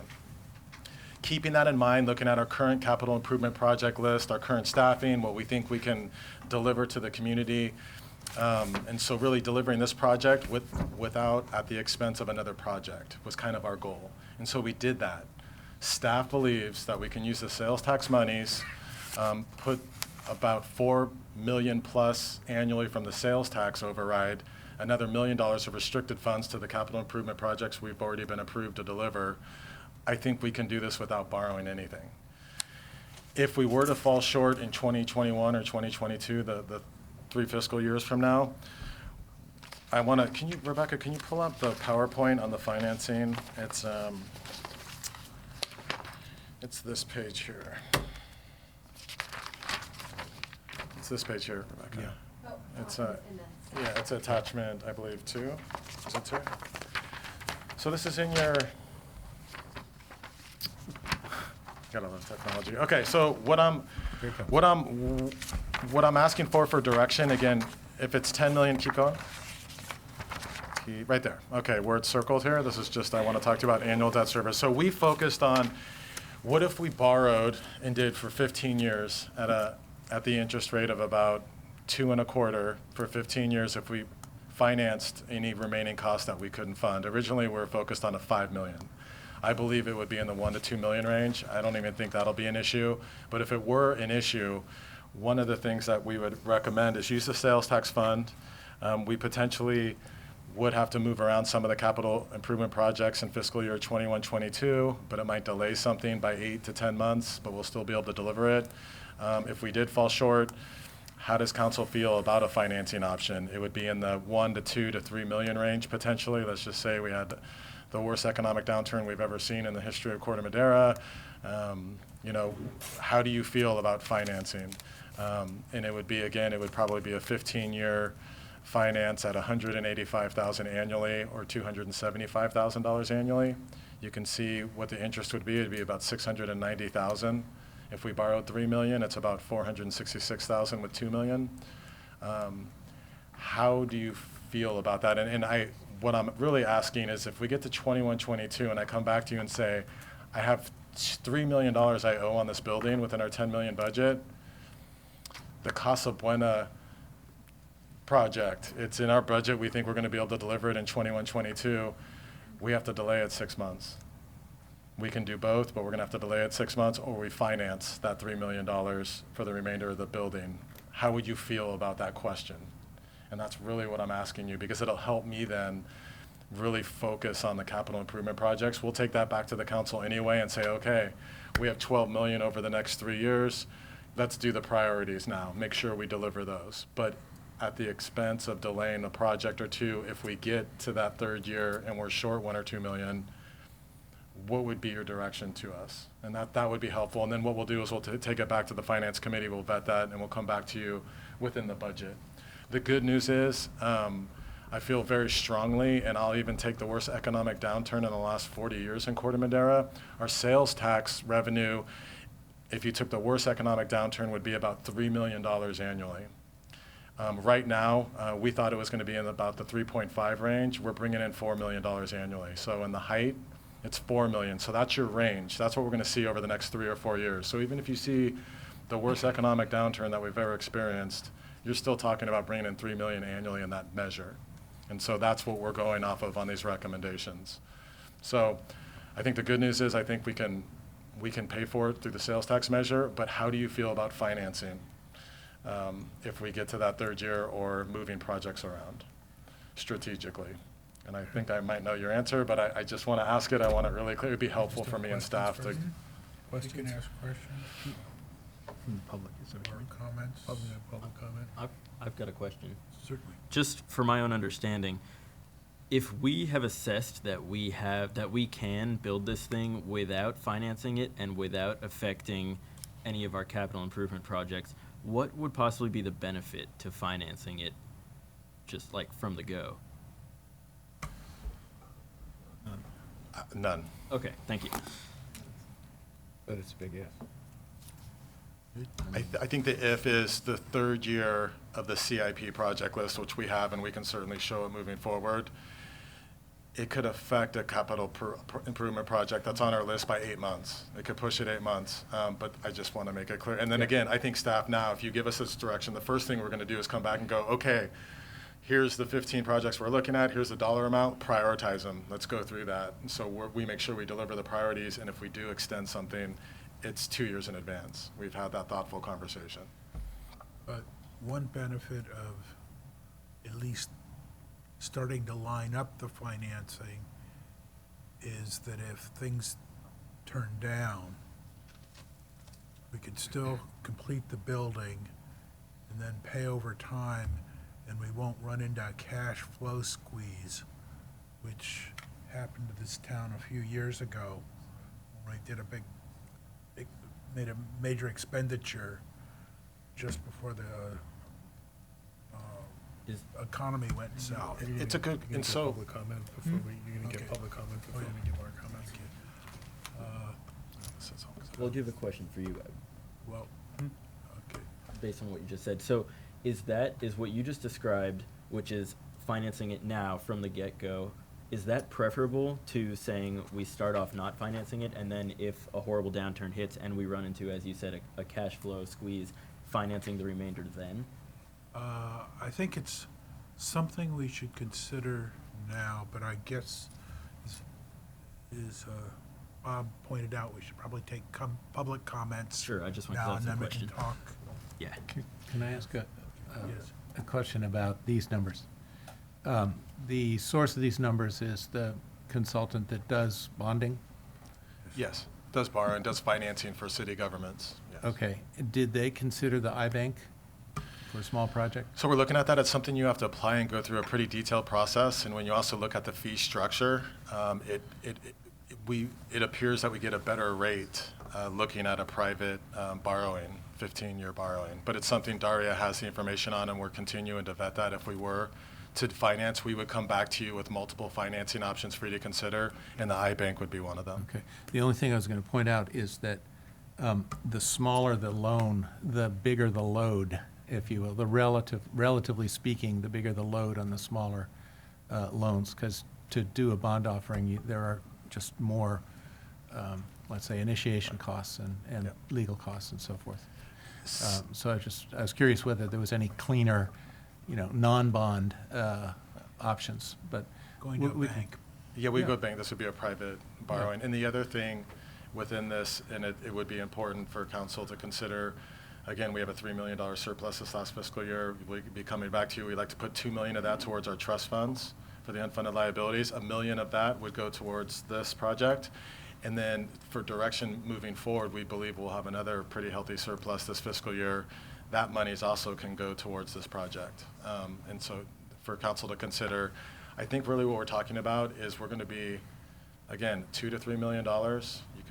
You could move in a worst case, move a project or borrow. I think also when we get to that third year, we're going to start talking about the fire construction, and you may want to do a borrowing there, or again, half of that would be the responsibility of Larkspur. There's just a lot of moving parts, but it's really the theory of financing. How do you feel about it? Well, I would like the possibility of borrowing to be retained in the, what happens if we suddenly get surprised in our $900,000 building that was promised to me 4 years ago suddenly becomes a $9 million project that's now a $12 million project, okay? But we should probably stop and get public comments now before we, re-engage on this. So, anybody want to weigh in the public? Okay. Here we go.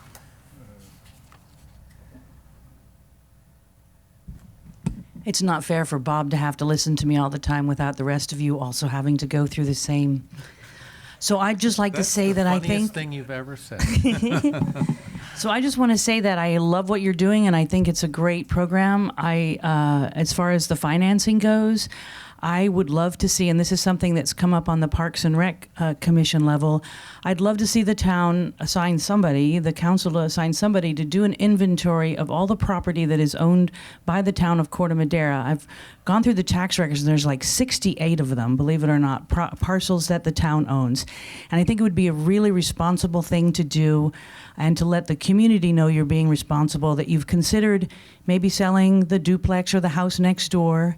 Park Madera Center could be split into 2 lots, and you could take that, the northeastern corner, and sell it to a developer who comes up with a plan that the town wants. We're going to be doing some visioning on what people want to see in Town Park, and maybe there's an idea for senior housing back there, various ideas.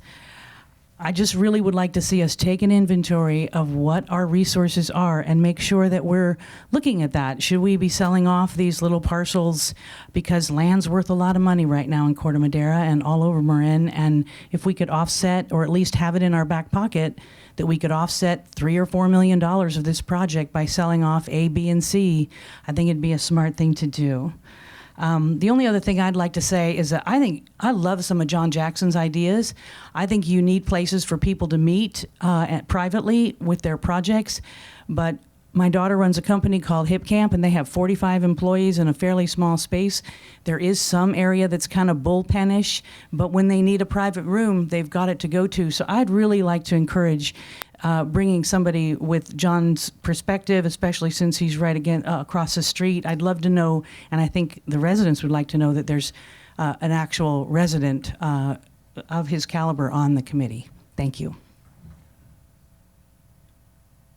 Anyone else? Further comments, questions? So, do you want to go first? I'll jump in. Yeah, as the council member who was on the council during the worst recession in town history and watched 15% of the town sales tax revenue disappear literally overnight, and watched the town run out of cash, and forcing us to borrow.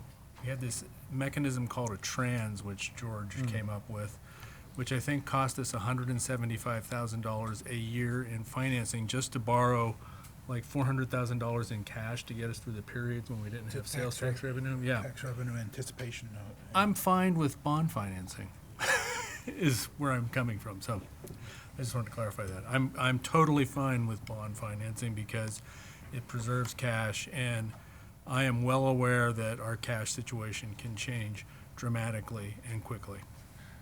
Especially if we have other capital needs. Yes. I don't know. I may be on a different side of that, Bob. I'm not sure. Maybe it's a different issue, but I believe strongly that we need to, and I know we all think this, we need to live within our means. But what I mean by that is that if the alternative is delaying a capital project so that we can pay for what we have the money to pay for, that's what I would, my own view. Maybe you guys would rather take out loans. I'd rather, with the exception of life safety issues like some pump station that if it fails, Corte Madera is underwater. The public works people are excellent about figuring out what's important. If it means we have to delay some capital projects by 8 months or 10 months or a year so that we can stay within our budgeted amounts and still put away money for the pensions and unfunded liabilities and this, that, and the other thing, I strongly would go that route and not finance it. That's my view.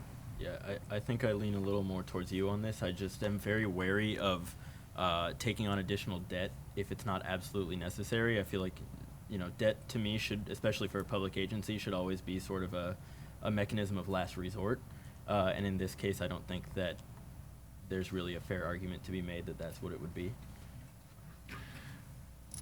Yes, I slightly differ. I guess I'm in the middle.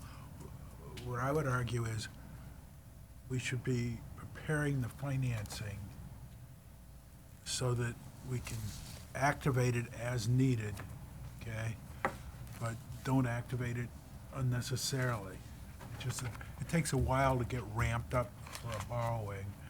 And, it might turn out that from a cash flow project completion standpoint, we might want to take out a 4-year bank borrowing or 5-year bank borrowing, and then with the intention of paying it off as soon as we can.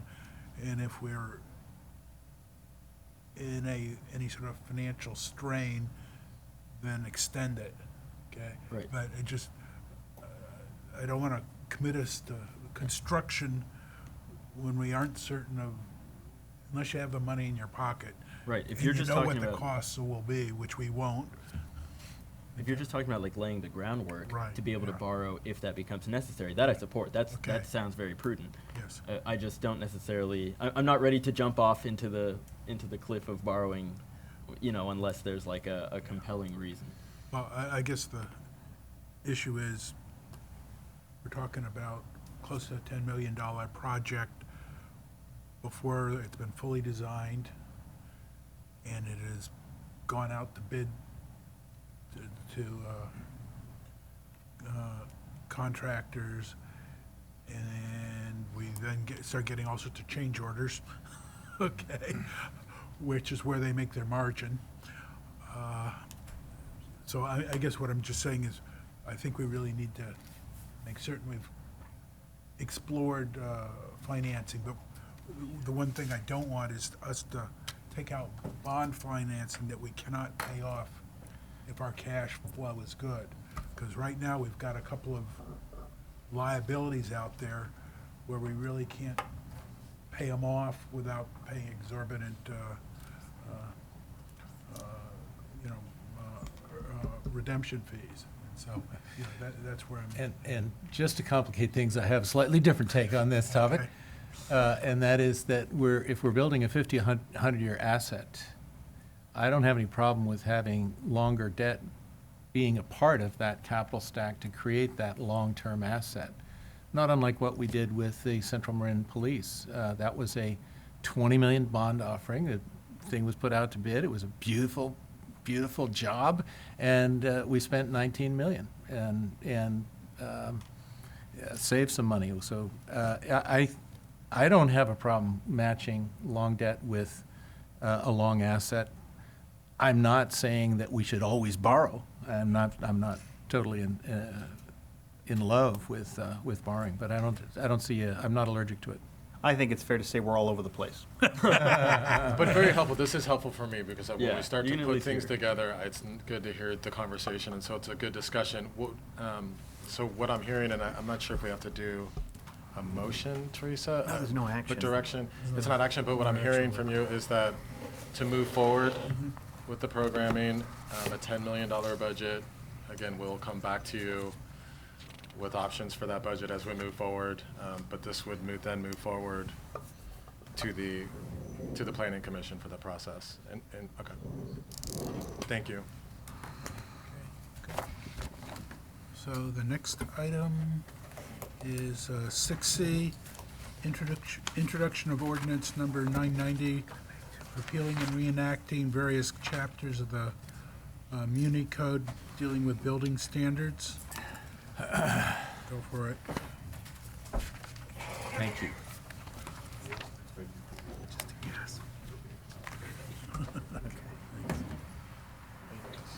Coming up, right? Okay. Evening, Mayor, council members. I'm Brian Fenty, your building official.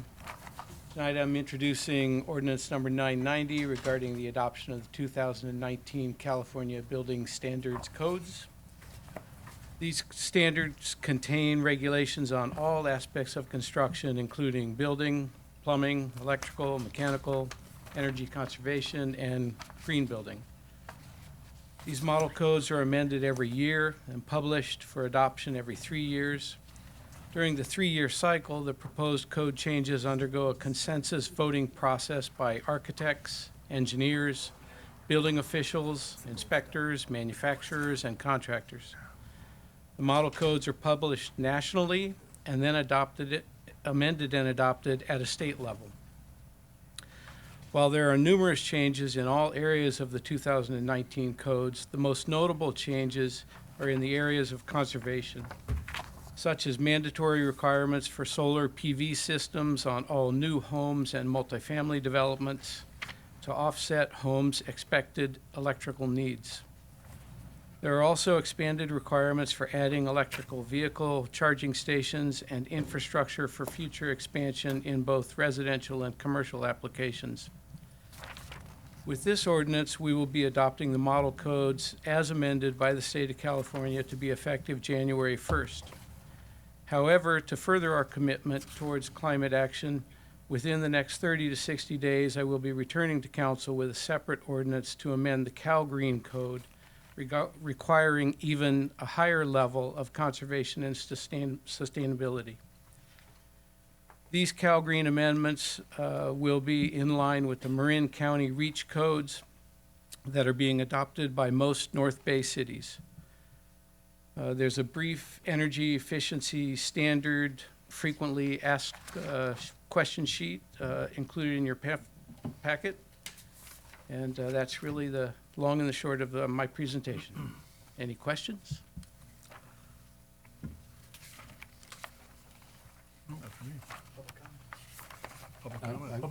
I got a question. Are you holding off on recommending that we not approve new gas hookups for new construction until your 90-day, you said you're coming back to talk about the Marin REACH codes? There will be some specifics about that in the Marin REACH codes, yes. So today, again, just adopting all the California codes straight across the board as written, as adopted by the state.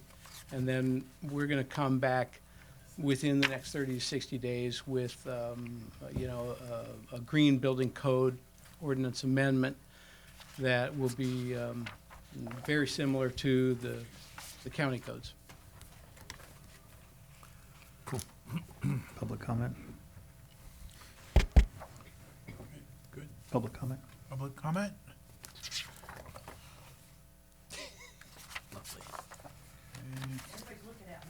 Oh, shit.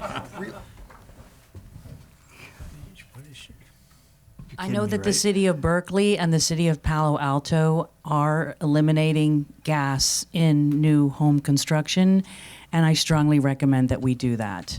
As much as I love our gas stove, it's polluting, not only in my house, but it pollutes from the moment Dick Cheney's chemicals tried to bring it out of the earth.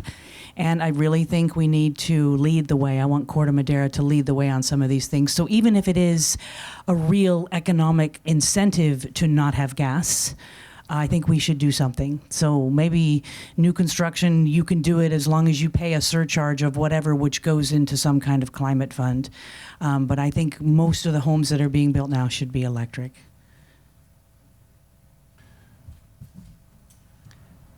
Any other public comment? Public comment? More public comment? Okay, I'll make a motion then that we introduce ordinance number. Say one brief Oh, thing. damn it, yes. Sorry, pal. I just want to say that I know we're waiting to discuss the sustainable building codes until you guys come back with us, but I will just say that I would love to see Corte Madera be at the leading edge of sustainable building, not just in Marin County, but regionally. That's all. Is that okay, Sloan? If you proselytize as much as you like, that's good. I I would move that we introduce ordinance number 990 by title only. I'll second. Councilmember Bailey? Yes. Councilmember Kuhnhart? Yes. Councilmember Ravazio? Yes. Vice Mayor Beckman? Yes. Mayor Andrews? Yes. Okay. Next item is introducing ordinance 991, dealing with the California Fire Code. Ruben, you're on. Thank you, Mayor Andrews. members of the council, Ruben Martin, Fire Marshal, Central Marin Fire Department. I'd like to introduce Jamie Pereda, who's a member of your town's legal counsel, and we've been working closely with this code adoption cycle. Similar to what our building official had mentioned, what we're here today to do is to introduce the 2019 California Fire Code, which is based off of the 2018 International Fire Code. These fire codes are published every 3 years. The International Code Council publishes the International Fire Code, which is the model code that everything is based off of, is what we like to call as your vanilla code. And then from there, the California Building Standards Commission, along with the California State Fire Marshal's Office, goes ahead and amends that model code to add your California amendments to it. With those California amendments, those are published by the Building Standards Commission on July of 2019 to go into effect in January of 2020. Within that 180-day period of when it's adopted from the state to when it goes into effect, it allows local jurisdictions to go ahead and make local amendments based on climate, topography, and geographical conditions that are here locally. And so before you, we've got this ordinance that where we've gotten together as fire marshals and fire protection officials throughout the county since September. We've been meeting every other week to go over the existing code that everyone had adopted previously, and then make any amendments that we need to make here locally to try to make a more consistent code throughout the entire county, so it makes it a little easier to understand for all of our residents and our construction customers. For example, with this code cycle, we ended up doing is on our previous one that was adopted by the town, we had sections in there that dealt with photovoltaic systems. That section is now codified within the California Fire Code, so we no longer need to amend it here locally to regulate that. So that's been removed. Other sections that we've added in here to bolster the fire code is address some of the language with vegetation management abatements, primarily dealing with roadways. In previous code adoptions, your roadway maintenance was always lumped into your defensible space requirements. We feel as fire protection officers that those are actually two different things. Your roadway maintenance is something separate than defensible space, because defensible space deals around structures. So we created a new section, which is 4908, to deal with roadway clearing. So those are some of the big changes that we've made. Most of these amendments are previous amendments that we've made prior. We just have to reintroduce them and readopt them for them to stay valid within the town of Corte Madera. With that, I'll open up to any questions if you have them. Do we feel that we have published these standards broadly? You mean the fire? Does the public know what's coming here? Does the public know what's coming here? I hope they do. Primarily, it's been the same fire code that we've used throughout the municipal code. It's been the same one that's been used on previous adoption cycles. Well, some of the changes, like I said, were either through renumbering through the California Fire Code. They've moved stuff around in there because they've added new sections. And then this was also published, I believe, in the Marin Independent Journal as part of this meeting. So that would be prior to the adoption, my correction. And how many jurisdictions are doing this exact same thing? It's every fire jurisdiction in the county.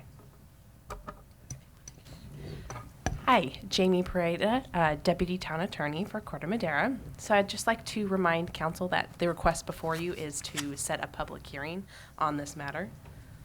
So there will be a chance for the public to see and give comment again on this. Thank you, Jamie. You're Can I welcome. ask a couple of questions? On, I think it's page 13 of the staff report, there's section 503.2.1, where it says dimensions, fire apparatus access roads shall have an unobstructed width of not less than 20 feet, comma, exclusive of shoulders, except for approved security gates. Okay.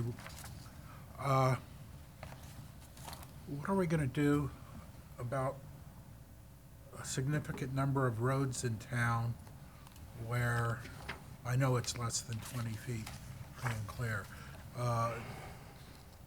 Do we need to do something with our planning and building department that they sit there and, do we codify that 20 feet, if you're going to park on the street, we need an additional 8 feet for each side of the street? And, because I can recall seeing people saying, I want to encroach a little in the front yard, put in my front porch or something where, and, over the years, we've been willing to do it. I believe the requirement for a 20-foot road first passed in 1935, but we have allowed more and more construction, so how exactly? Yeah, if you start, get involved. When do I get involved? Building and planning. I'm involved during the planning phase. A lot of times, our customers and property owners will reach out to the fire department before they talk to the planning department to try to figure out what our requirements are. Unfortunately, based on the topography that we have and where most of our homes are built, a lot of these roadways were built and designed for Model Ts and stagecoaches that were eventually paved over. And a lot of our 900 square foot hunting and vacation cabins turned into 3,900 square foot homes. So what we look at is, when I start looking at a project that comes through, I start looking at a couple things. One is access. Can we get fire department vehicles to there and back? Number two, do we have enough water in the area? And three, are you in a wildland urban interface or are you not? So that kind of is your starting point for myself. The way the model code reads is you're required to maintain a 20-foot fire department access road. That doesn't mean you can't park on those roadways, because most of the times it's 20 feet if you measure from curb to curb.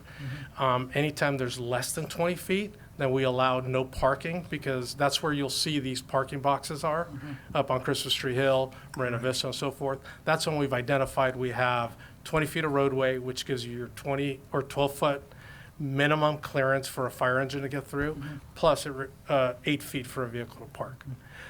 If we were to start this community from scratch and do the slate brand new as a planned community, absolutely, I'd be asking for 40-foot roadways.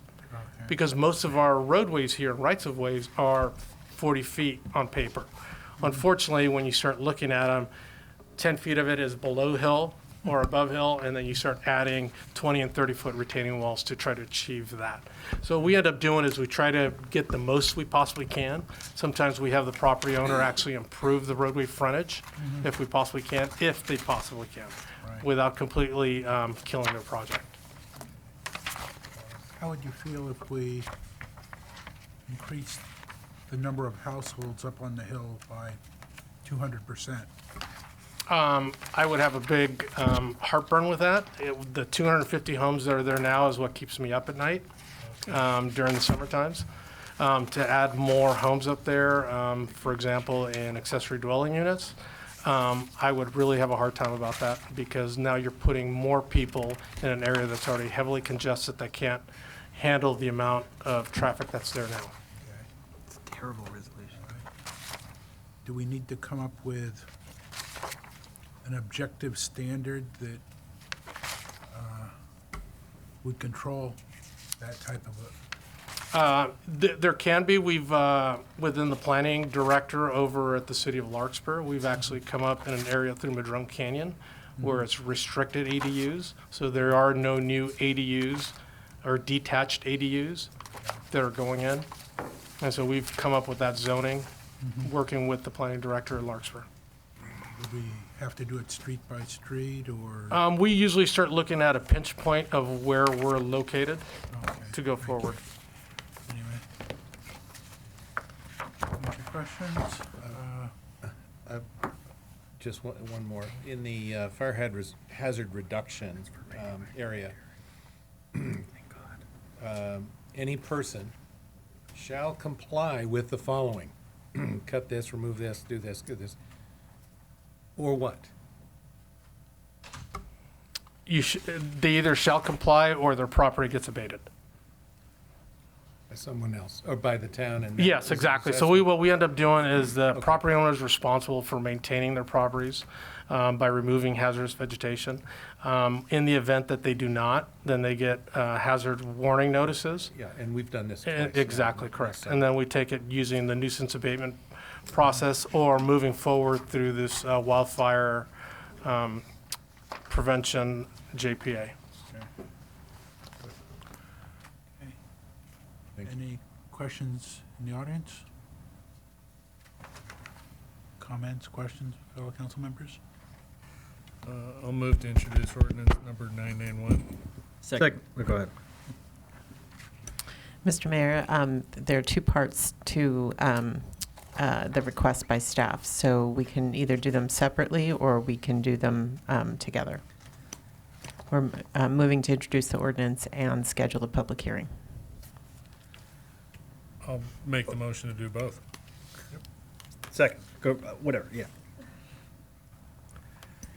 Councilmember Bailey? Yes. Councilmember Kuhnhart? Yes. Councilmember Ravazio? Yes. Vice Mayor Beckman? Yes. Mayor Andrews? Yes.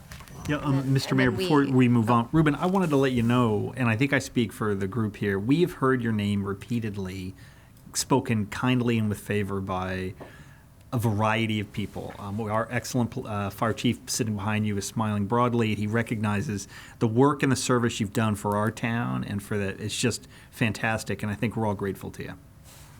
Yes. Thank you. I agree, except that sometimes you're too agreeable, and one of my neighbors has not abated his property at all because you're too agreeable. Okay, gotta go. Send me the address and we'll take a look at it. You do a great job. You do a great job. Okay. Mr. Mayor, if I may, I'm not sure how to address this procedurally, but we do need to go back to the prior item and do that second part of the motion to set the public hearing. The one that On the building code item, you introduced the ordinance, but you did not schedule the public hearing. So we just need a motion to schedule the public hearing on the building code make a amendment. motion that we set a public hearing on that item And as I'll well. second it. Thank you. Councilmember Bailey? Yes. Councilmember Kuhnhart? Yes. Councilmember Ravazio? Yes. Vice Mayor Beckman? Yes. Mayor Andrews? Yes. Thank you. The next item, Now, do we finish the voting on both pieces of this one? Yep. Yeah. I think Okay. we did it as one Okay. thing. Okay. Thank you. Thank you. Next item is discuss and consider town clerk, assistant town manager classification, job description, and salary range. Thank you, Mr. Mayor, members of the council. This is an easy report for me. Again, this is a two-meeting item per council policy, so no direction or no action is being taken tonight. If you wish to proceed, we'll take this back to you for a vote at our next upcoming meeting. And again, it's to do just that. I'm asking that we reclassify the town clerk, who is the assistant to the town manager currently, and change her title and classification to town clerk, assistant town manager. I'm also asking you to approve a job description for this new position and classification of town clerk, assistant town manager, and also establish a salary range of $11,622 to $14,125. Again, all of our positions are 5 steps. This would change her classification from a mid-manager to a department head. I have been working with Human Resources to establish this range, and I'm happy to attach the salary survey of how I came to this range at our next upcoming meeting. I'll just tell you that being your town manager for 3 years, there's a few positions and a few people that are critical to the success of the town. And when I became your town manager, one of the many things the council requested of me was to, leadership and succession planning, and to really do a good job with surrounding ourselves with great employees. And so Rebecca's one of them, and so we can't lose her, number one. And I think she's outstanding. She's a major, she's responsible for the customer service and the community service that we provide. One example of that is with the PG&E shutoffs for 3 days. It was the weekend. It was a few days leading up to it, and Rebecca had the idea of, hey, let's open our community center, and let's make this a community event. Let's make a positive out of a negative, and let's do something special. And that was her. And so I can give you countless similar experiences like that, I'll just tell you that we can't lose her. And so this is an easy one for me. It also puts the council in a place of, if you ever decide to move on from your town manager, I hope you don't for a while, but it allows you a succession plan where we really wouldn't miss a beat. You have two people. Adam Wolf, our planning and building director, is also filled in numerous times as a manager when I'm gone. It would be those two positions, Rebecca and Adam, that could continue to lead our town into the future, and I think that's a great compliment to all of us, and I'm really excited about it. But Rebecca, it's key to reclassify her to the position that she's really doing for us. And her first assignment is the Parks and Rec Department moving forward, and so I'm really excited about that. With that, I'm happy to answer any questions or move forward as needed. Mr. Mayor, if I may, there's, I think, one amendment I would recommend to the resolution. In the fourth whereas clause, I would make clear that the salary there is per month. That the salary listed is a per month salary, not an annual salary. I'm sure Rebecca appreciates that. So the fourth whereas clause would read. Per decade? Per decade, yes. The proposed salary range for the town clerk / assistant town manager classification would be added to the town's salary schedule to be $11,622 to $14,125 per month would be the addition. Good enough, and I think, comments, questions? Public comments? Back to the council. Rebecca, you're a superstar. I'll make a move that we reclassify, approve the job description, and establish first of two times or something. Do we make a motion? This is first reading. We just read it. We just say, okay. Don't have to do anything, do we? As amended. You don't As need to amended. take a motion. It's your practice that you have these things come forward 2 times, so the next Right. time would be an adoption. So you don't need a motion. Right. Just giving direction. That's correct. You know, something I was going to say for the other council members here who may or may not have been sensitive to this. We started some years ago this practice. We don't have to, but I think it makes sense when we're doing this kind of thing. We do it twice, just because then there's plenty of notice to everybody. Yeah. I completely agree with you. I think we're lucky to have you, Rebecca, and I would be thrilled to do this. Thank you. I have a comment. Comment? Okay, thumbs up, okay. Nice. Agree. Record show. Direction? Thank you. Directed. Thank you. Okay. Number 7, town manager and council reports. So, manager, you want to? What's the 9:30. I'll make a motion we extend for half an hour. I will say, as is Oh, my. no, you were okay. Oh, not till 9:30. Okay. We're good till 9:30. Okay. Thank you, Mr. Mayor, members of the council. I'll make my update really brief. I just wanted to, regarding the shut-offs from PG&E, I know we're going to talk about it a little later as well. I just wanted to provide, just really quickly, kind of the impact and some things we're working on as staff. So when we have a power shut-off, one of the major impacts fiscally to us is regarding our sales tax revenue. And so we take an approximate $20,000 to $25,000 hit daily for the power being shut off and our shopping centers being shut down. So you can start to do the math as we move forward. The other thing, I just really impressed, we have a new staff, and so it's never good when the power goes off, but it wasn't in an emergency type event where we were able to kind of problem solve in advance, during, and then kind of lessons learned afterwards of how to protect our town when you have a power shut off and the cell towers go down, how you communicate, how you work. One of the things that I was really impressed with RJ Suko, our Public Works Director and staff, we have 14 lighted intersections, and so those are the major risks to any city or town, especially ours. And so we have battery backups, but they only last 8 to 10 hours. And so what they did in advance is they put up signage to like alert the community, hey, if the power goes off, you have to stop, right? But then they also put the 14 lighted intersections on a cycle of just blinking. And so that would allow us extra hours for those to work. And then they put up the signs in advance just to educate and get the community ready. the feedback from the community and our police staff was that between us, Larkspur and San Anselmo, the decisions that staff made really made it easier. It educated, it slowed people down. They didn't have to spend a lot of time here. They moved their resources somewhere else, and so it was a compliment to their decision making. The other one moving forward, we're going to be one of the first jurisdictions to do this. We're actually going to, in 2 weeks, it'll be completely done for all 14 intersections, but moving forward, what'll happen is if the power goes off, we can attach a generator to each of the 14 lighted intersections, and they work 24/7. So we have. Fantastic. We have approximately, I think, 18 pump stations we have more pump stations, but sanitary and flood pump stations that are critical to the infrastructure that have generator power also.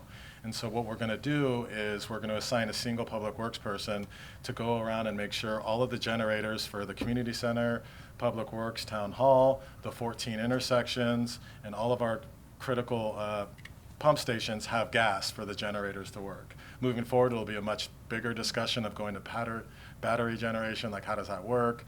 But right now, that's how we're set up. And if we have to get fuel, we have the capability of getting fuel and outside the county. One of the things that we're going to work on is our town-owned shopping center. We have a gas station there. We're going to start discussions with them. They don't have generators right now, but if the town were to offer a generator to keep them up and running during a power shutoff, but leaving that gasoline available for public safety in the town as part of the deal, we're going to try to enter an agreement with them first and then move to another gas station after. So it's lessons learned. We're going to start to put the pieces together. I was just really impressed with how the town reacted. Again, I thought the community center option idea for Rebecca was amazing. We weren't sure if we were going to get 5 residents or 1,000. We actually got 1,500 to 1,700 people came through that community center. It was remarkable. So thank you, Rebecca. And so some good decision making on staff. I think we have a good plan moving forward. One of the other issues is Caltrans, the Tamalpais overcrossing. That's their intersection, and that's probably the most dangerous one. So if someone's coming down the Tam intersection, Tamalpais overcrossing from here, and then you have someone coming off the off-ramp from southbound, that's it. And so right now they don't have battery backup. So we're going to enter an agreement with them to have a battery backup in generators and have them authorize that for us. So Great. I think we'll be in a much better shape. And again, it's just those steps moving forward just keep getting better and better and better. And so a lot of areas to improve on, but I think it's a good start for us. And I'm happy to answer any questions if you have any. It's fantastic. We didn't have a single crash, did we? No. Yeah, I mean, that's No incredible. crashes. That's really amazing. Yeah, that's good. Lucky. Do we have any idea how much power was sucked down in the rec center over those 3 days? No, but luckily for our IT, Michael Deng, our IT consultant, he actually was able to check out the loads, and I think we blew one circuit once, but we were able to reset it. But we could charge up to, I believe, 100 devices at any given point, and that was the most in the county. And so our generator could pretty much charge a high-rise. You know, they're pretty powerful at both locations. You just have to have enough gasoline. But yeah, it was really. Is it gasoline or diesel? I believe it's gasoline. I thought it was diesel. It might be but diesel. what do I know? It might be diesel. You're right. It's diesel. Yeah. So, Todd, I know everybody has said this, but we should put in the record somewhere that the town council formally appreciates the work of the staff as going above and beyond and doing awesome. I agree. Absolutely. Thank you. And I'm going to write a letter of To yourself commendation to from- to the staff, and I'm happy to copy the council on that. Write a I'll letter make to sure it's in there. yourself. No, Dear Todd, to you're Rebecca fabulous. down. Rebecca down. That'd be awkward. I'll try. Okay, good. Yeah, Todd, I'd like to thank you for making the decision to stay open, and for Rebecca for encouraging him and recommending that he do it, because many other jurisdictions in the county just closed up town hall and went home. And then I was over there for a couple of the days. Todd was there, Rebecca was there, Michael Dang, you know, his power strips were, you know, innovative genius, you know. Dave Wilkinson, Marla Orth was there working on the, you know, just running around, helping with the food and everything. Lorena was there, and several of the public works staff helped. And then Cafe Verde, I'd like to compliment them for being open on Sunday. The Nugget, I believe, was also open, wasn't it? Yep. Over on your side. And then Trader Joe's came through with 2 large contributions of cold cuts and cheeses, so we were able to feed people for 2 days. So, anyway, good. Anybody else I left out? No, Mayor Anders, I just wanted to add that the deliveries that Trader Joe's made also made it possible for the community center to continue to host the Thursday senior lunch, where we would have had to have canceled because the food provider for the county canceled all of their senior lunches that day. But through Trader Joe's donations, we were able to still feed the senior programs that rely on that day. That's good. Good enough. Great. Anything else from the town manager? Okay. Related report, we had an NRG emergency drill, and one of the thoughts immediately after that, there was a demonstration of a noisy generator, propane-driven generator that we've acquired on the Christmas Tree Hill NRG for emergency use. What we found in the discussion of the, quote, block captains and steering committee leaders is that although there's a great deal of interest and a great deal of discussion on Nextdoor, there's very little actual knowledge about how does solar and storage work, how do generators work, how to interconnect them, what can you get from that, and how do you manage it in a way that keeps the air clean and the noise not so loud. And so I'm wondering if one or two of our engineers on staff could help put together a public training session and have perhaps a consultant or two who is deeply familiar with the engineering of solar plus storage plus generators and EV charging come in and put on a presentation that gets the real facts out about how those things work, can work, and I'd just really like to do that. I'd like to be a part of it in one way or another. I'm not the engineer who can lead it, but I know some people who are darn good at it, including one person from PG&E, but other sources. Can I just add something to that then? If you're going to do that, I would make sure you bring in the fire department, because to quote one of our battalion chiefs I was in a meeting with, who said, I don't know that the idea of having a bunch of Marin residents pouring gasoline into generators on redwood decks during high fire advisories is such a great idea. So let's be really careful about how we do that before we encourage people to do that. Thanks. Absolutely. One other thing, I believe That made me like on the 11th or 12th, that's the cutoff date for some sort of resilience grants that Governor Newsom is having. Are you currently working on that? And can you coordinate with David and Marla Orth just to make certain we get our wish list on there? This is the Cal OES request for proposal on public safety power shutoff resiliency allocation to cities. They got money. I think they extended it to the 30th, didn't they? This one, or is it the 11th? They extended it to the 12th. The 12th, okay. It was supposed to close at the end of October. You got it. But it's a very short application, and I'm happy to help write. Okay? Good. Now, who in staff, is this an RJ thing, or is this a? RJ is going to oversee that, yes. Okay. Good enough. All right. Okay. Any other council reports? I mentioned the money that's making its way through TAM for at least 4 sites within Corte Madera, along with almost $5 million worth of other sites in the county in our last thing, and it's just advancing one more step, and that's all. Couple super brief items. In October, I attended the League of California Cities annual meeting in Long Beach.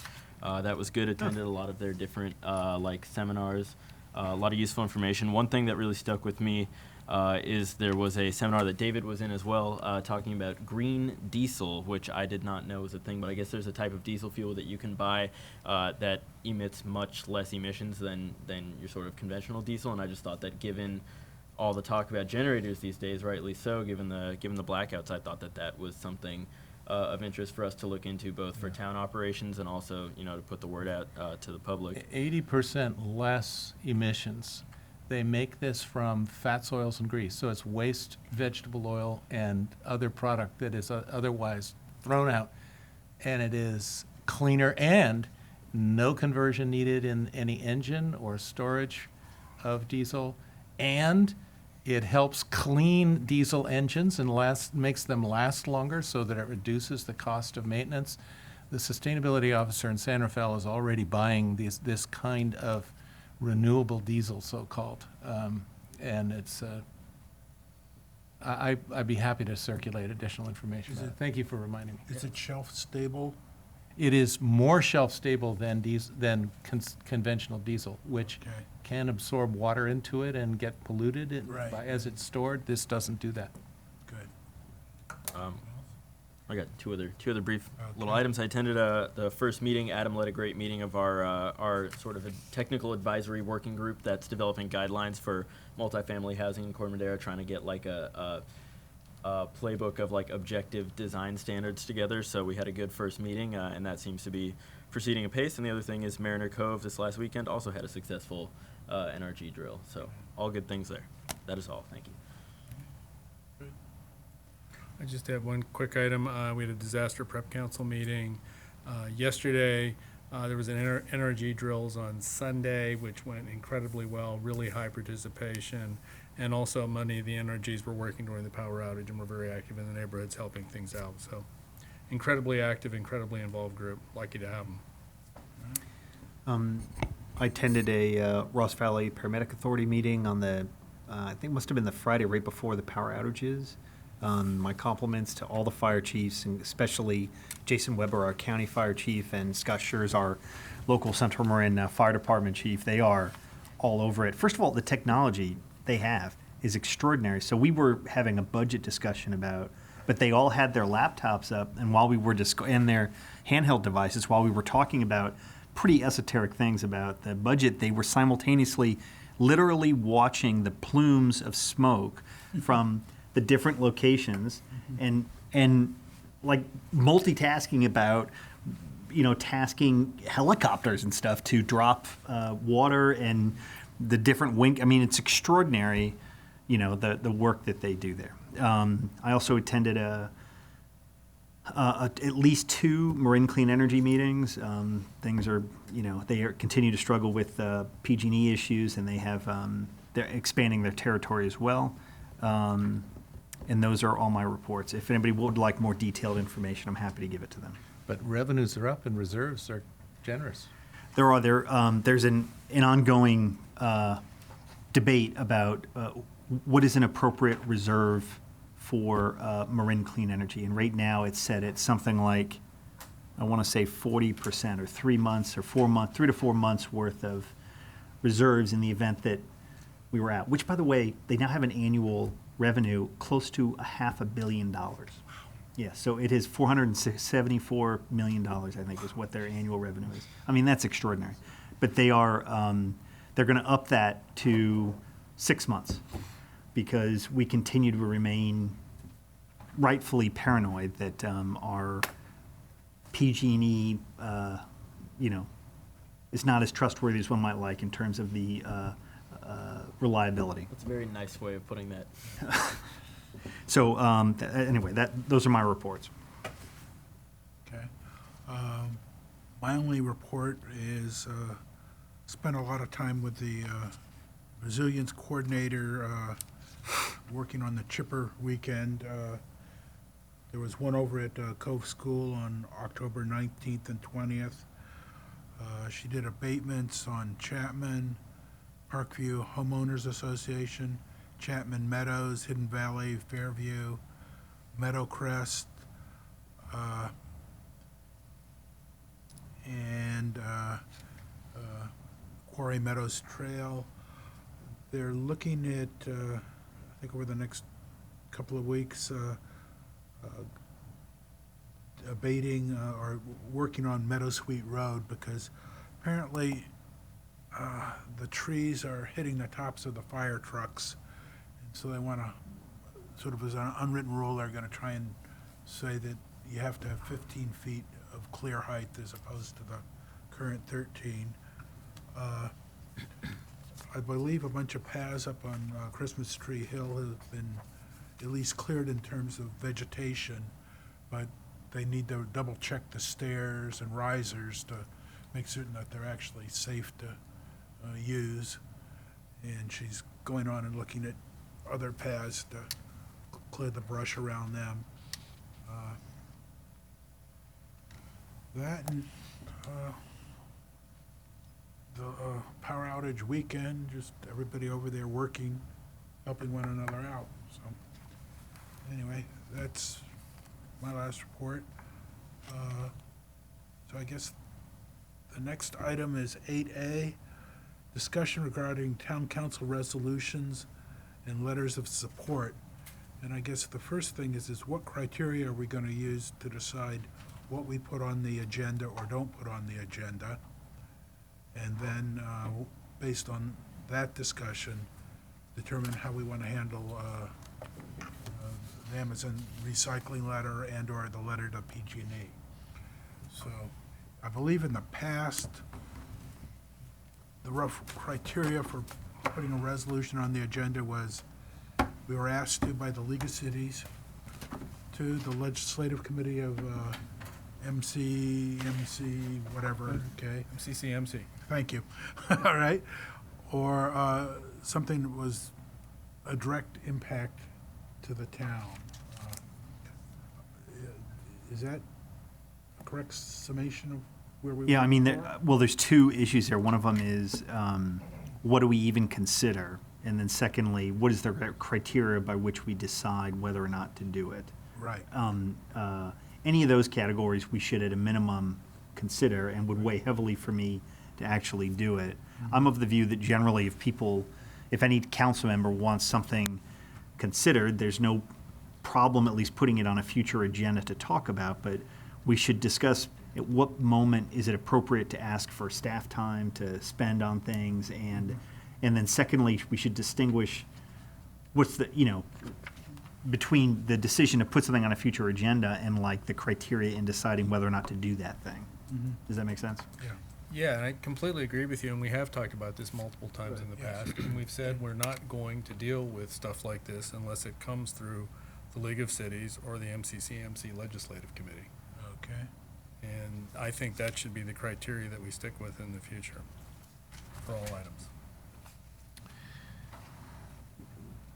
What about if it arrives with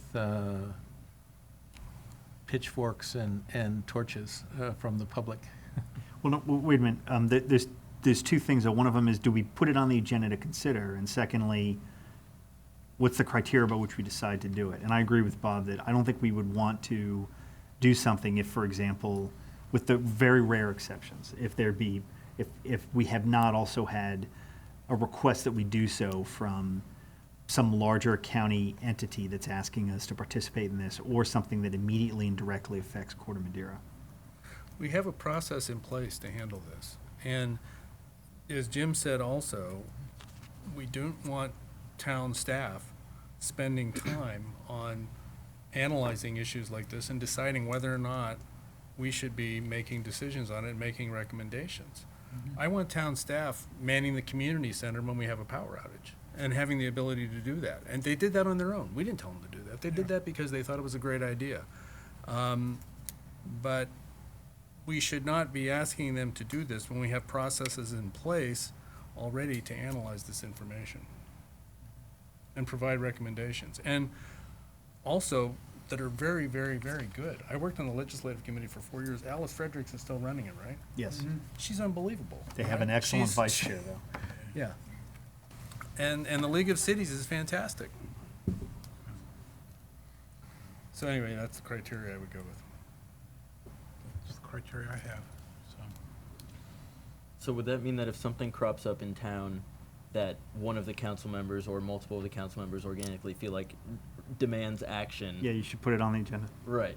So, the point that I'm illustrating is just that I guess maybe, or maybe it's more that I don't understand.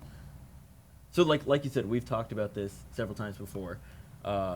And so I think that the goal here is that like every little whatever that comes into the mayor's inbox isn't going to end up on an agenda and drawing staff time, right? Absolutely. Right. So that I think. But also that we have really good processes in place to handle this kind of stuff that we should be following up on and executing on. Right. But and as we said in our previous discussions, though, there's also some discretion on the mayor's part here. It's not. The mayor doesn't have to look at it and say, did it come from MCCMC or the League of Cities? No, delete. Right. I mean, that's part of the job of being the mayor, and part of our jobs as being on the council is evaluating what we think is worthy of, this agency's attention. Technically, yeah, I guess. It's just, if we relax these criteria, we're going to end up like Berkeley with a foreign policy. Berkeley does have a foreign policy. They do.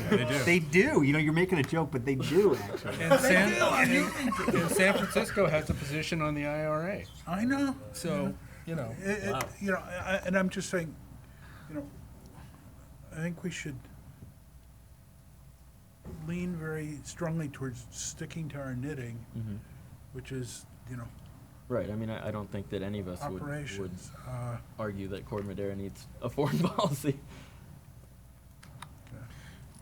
Can I? But like go ahead. Just to take the example of this Amazon recycling boxes, I don't know a ton about this yet, but my understanding is that they're trying to build this, this critical momentum to implement this pilot program, and they've got Amazon working with them, right? I think so. So I mean, it seems to me like if Corte Madera can relatively easily be of a help in this, why would we not? And I understand that a different council member may feel differently about that, and that's totally valid. That happens. But I think to just say that when there's an opportunity for Corte Madera to, as I said, with relatively little expense on our own part, help out a larger cause, if we can actually make a difference, why not? Because my understanding from the emails I was seeing about this Amazon boxes thing, just to take that as an example, is that they are trying to build like a majority of Marin cities, and that Amazon will play ball with them if they get this certain critical mass. Then I would talk to the MCCMC Legislative Committee and see if you get them to endorse it, or I would talk to the League of Cities and see if you get them. Aren't you the League of Cities rep? Have you talked to them about this yet? I have not talked to them about Amazon boxes. Then you should. Okay. That's what I would suggest. Okay. If they came to us, because an endorsement from the League of Cities is huge. People pay attention to that. Sure, that's a good idea. Guarantee you that they will, if you get something from the League of Cities, and if you also get something from MCC Legislative Committee, all the towns jump behind it immediately. Yeah. Because we do it. So, I mean, we just have processes in place to handle this kind of information and these kinds of decisions. And I just think it's critical that we stay with it and we continue to do it. By the way, you are welcome to come to the legislative committee meeting at any time. Jim, as a matter of fact, regularly comes. All the committees that I'm on, my fellow council members like to attend with me and heckle from the background. You invited me, but I had a conflict. Oh, okay. But I would have loved to go. Mr. Mayor, when you do get to the point for public comment, you do have a member of the public. I know. We've got at least two members of the public. I'm sorry, I forgot that we forgot to do that yet. Let's do that. So I guess we should ask for public comments. And On what? On the 8A. So wait, we're not talking about the criteria anymore. We're talking about the items. I think we're still doing a discussion regarding town council resolutions and letters of support or opposition. Right, that's Okay. 8A. And we had begun to start Okay. the first of those examples, which is Got the it. Amazon recycling, but it's probably appropriate if Okay. anybody in the public would like to comment. I've waited 3.5 hours. Okay. First, I want to say that this has direct and immediate impact on Corte Madera. This is a very local initiative, and the reason it's local is because we're asking Amazon to do a pilot test of this program. And the reason we're asking this is that Amazon, this is one of the largest markets. The Bay Area is one of the largest markets for Amazon products. So they're already pilot testing a number of products in Oakland and in San Francisco. They're testing trucks that turn into retail stores. They're testing all kinds of things. So it's not unreasonable for us to ask that Amazon pick up our used boxes, take them back for reuse.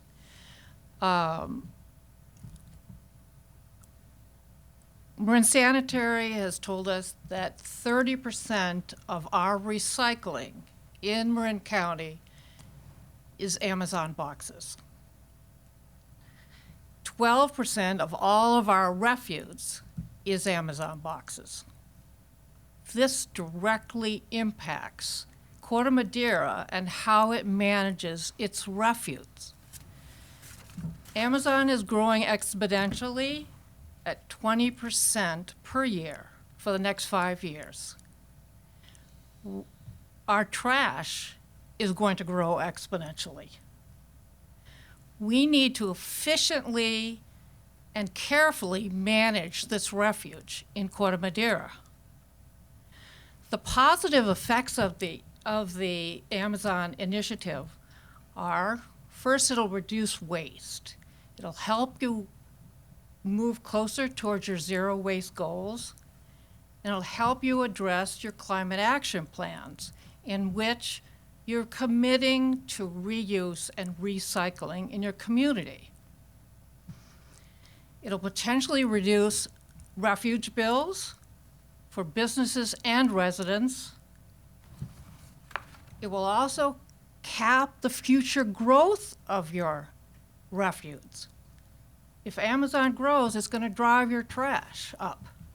And if you can remove Amazon out of that mix, you'll reduce the growth in your trash year to year. The environmental benefits are clean air. The paper mills producing the boxes that will be used by Corte Madera residents next year are across the bay. They're in Richmond and San Leandro.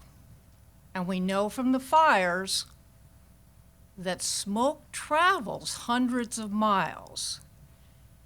The fumes, the pollution given off by those pulp and paper plants is the heaviest pollution.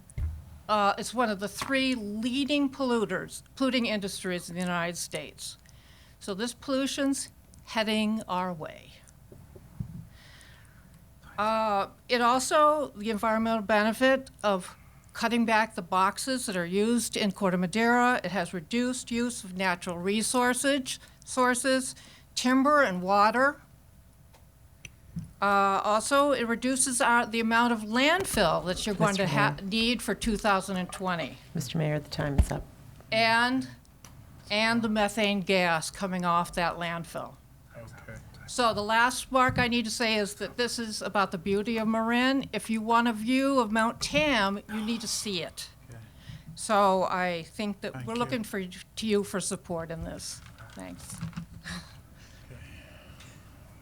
Other public comment, I think? Any public comments? Sir, are you going to say something as well, or no? No, I'll be happy to express my support for the initiative too. I think it's incredible. I think it's something, if you as a city council don't feel you can take something up that is so valuable for the community, for your community, I really don't understand why you wouldn't want to do it. It has tremendous impact. If you go out and drive along the streets in Marin, in Corte Madera, on recycling days and garbage days, you see these incredible piles of Amazon and other cardboard boxes. And it's growing. People complain about the garages being full of cardboard boxes. They can't get rid of them, it piles up, and so on. Here is a simple solution that Amazon comes, delivers, and pick up your old boxes, so to say, take them back, reuse them, and it is not your job to provide that recycling, that garbage pickup is not filling up the landfills any longer. It's taken out of your hands. It's not your cost. It's not your responsibility. Why would you not want to do it? Thank you. Comments? So, I mean, the real issue is whether or not we're going to put it on the agenda and consider it. I think, you know, if, to me, I have made up my mind on this thing, so, but it appears to have a local enough call that it probably is appropriate to put it on an agenda. I'm reluctant to ask a great deal of staff time. It's not necessary to have a great deal of staff time. I would point out in this discussion that I had heard from 2 other council members, and I think I read an article in the IJ, is Amazon opening a store in our local malls? So it's the kind of thing we probably should consider if it's, I don't know, guys. I'm okay with putting it on an agenda. Well, also, if you've got surplus Amazon boxes, Whole Foods belongs to Amazon, so if you wanted to drop it off in Mill Valley, go for it. Yeah. I mean, I think we need to be careful not to express an opinion on anything here. The only issue in front of us, if I'm correct, is simply whether or not this has risen to the level of something we should put on an agenda for consideration at the next reasonably opportune time, and also whether we want to dedicate staff time to figure it out. I'm okay with putting it on an agenda. I'm indifferent to whether you think we should instruct staff to spend the time associated to do a report and so forth. So if it's on the agenda, then what's it on the agenda for? I mean, For you us to have- consider and take an action on. Right. So then you have to have the Somebody staff doing a report. You do, you know, there are different You're gonna levels have to of. invest the time to do it. How much time have you invested so far in this? Staff time? I was told, You wrote the original reso and staff report, right? On Amazon? Couple hours? I didn't see it in the report. Is there such a thing? No, you told me not to do it. So this would, if we were to do it, it would take, you know, you would have, if it was a letter or a reso and a staff report, you're looking at 1 hour to 2 hours of staff time. If it's a reso and a letter, does it bound us to anything? It looks like it's a petition, so we would have staff review that. It would be something that legal counsel would look at, probably take an hour. So that's what you're looking at. It's So- not a lot, but it's time. No, I get that, but we don't need to go that far, Todd. I don't think the urgency to this is not going to get killed by an extra meeting or 2. I think what we could do is put it on an agenda for consideration without a staff report, whether or not to spend staff time to draft a resolution. Like give direction. Give direction. So Yeah. that would not require staff time. All it would be is take somebody's letter, put it on there, and then we'll have a discussion about whether or not to give staff direction. As I understand that at least 2 council members are strongly in favor of including this on the future agenda? I think we can do this easily myself. Or let me rephrase it. Would you guys be willing to work on the draft to save staff time? Sure, yeah, of course. Good. So, put it on the next agenda. And I don't think we're drafting anything. We're adopting a letter that's been drafted, or not. I mean, Right. it's an up or down. Yeah, and Yeah, be careful. I wouldn't express any kind of opinion in this. All we're doing is putting it up for, I did say an up or down. yeah. And we do have examples that we can provide. yeah. Mr. Mayor, can I just, Yes. to the prior discussion of criteria, Yes. what about public education? I recently had a young, just barely high school student come and say, hey, don't you want to adopt this climate emergency resolution that a whole bunch of other jurisdictions are adopting? Just hold on a second. And I said, well, there's going to have to be a process and so forth and so on. But if we had something on which we are not taking detailed action because we are not going into drafting, let's say, and it is a positive public education venue, isn't that a reason for us to make it public in our own setting? Excuse me, Mr. Mayor, we do need to take a vote in order to continue with the meeting.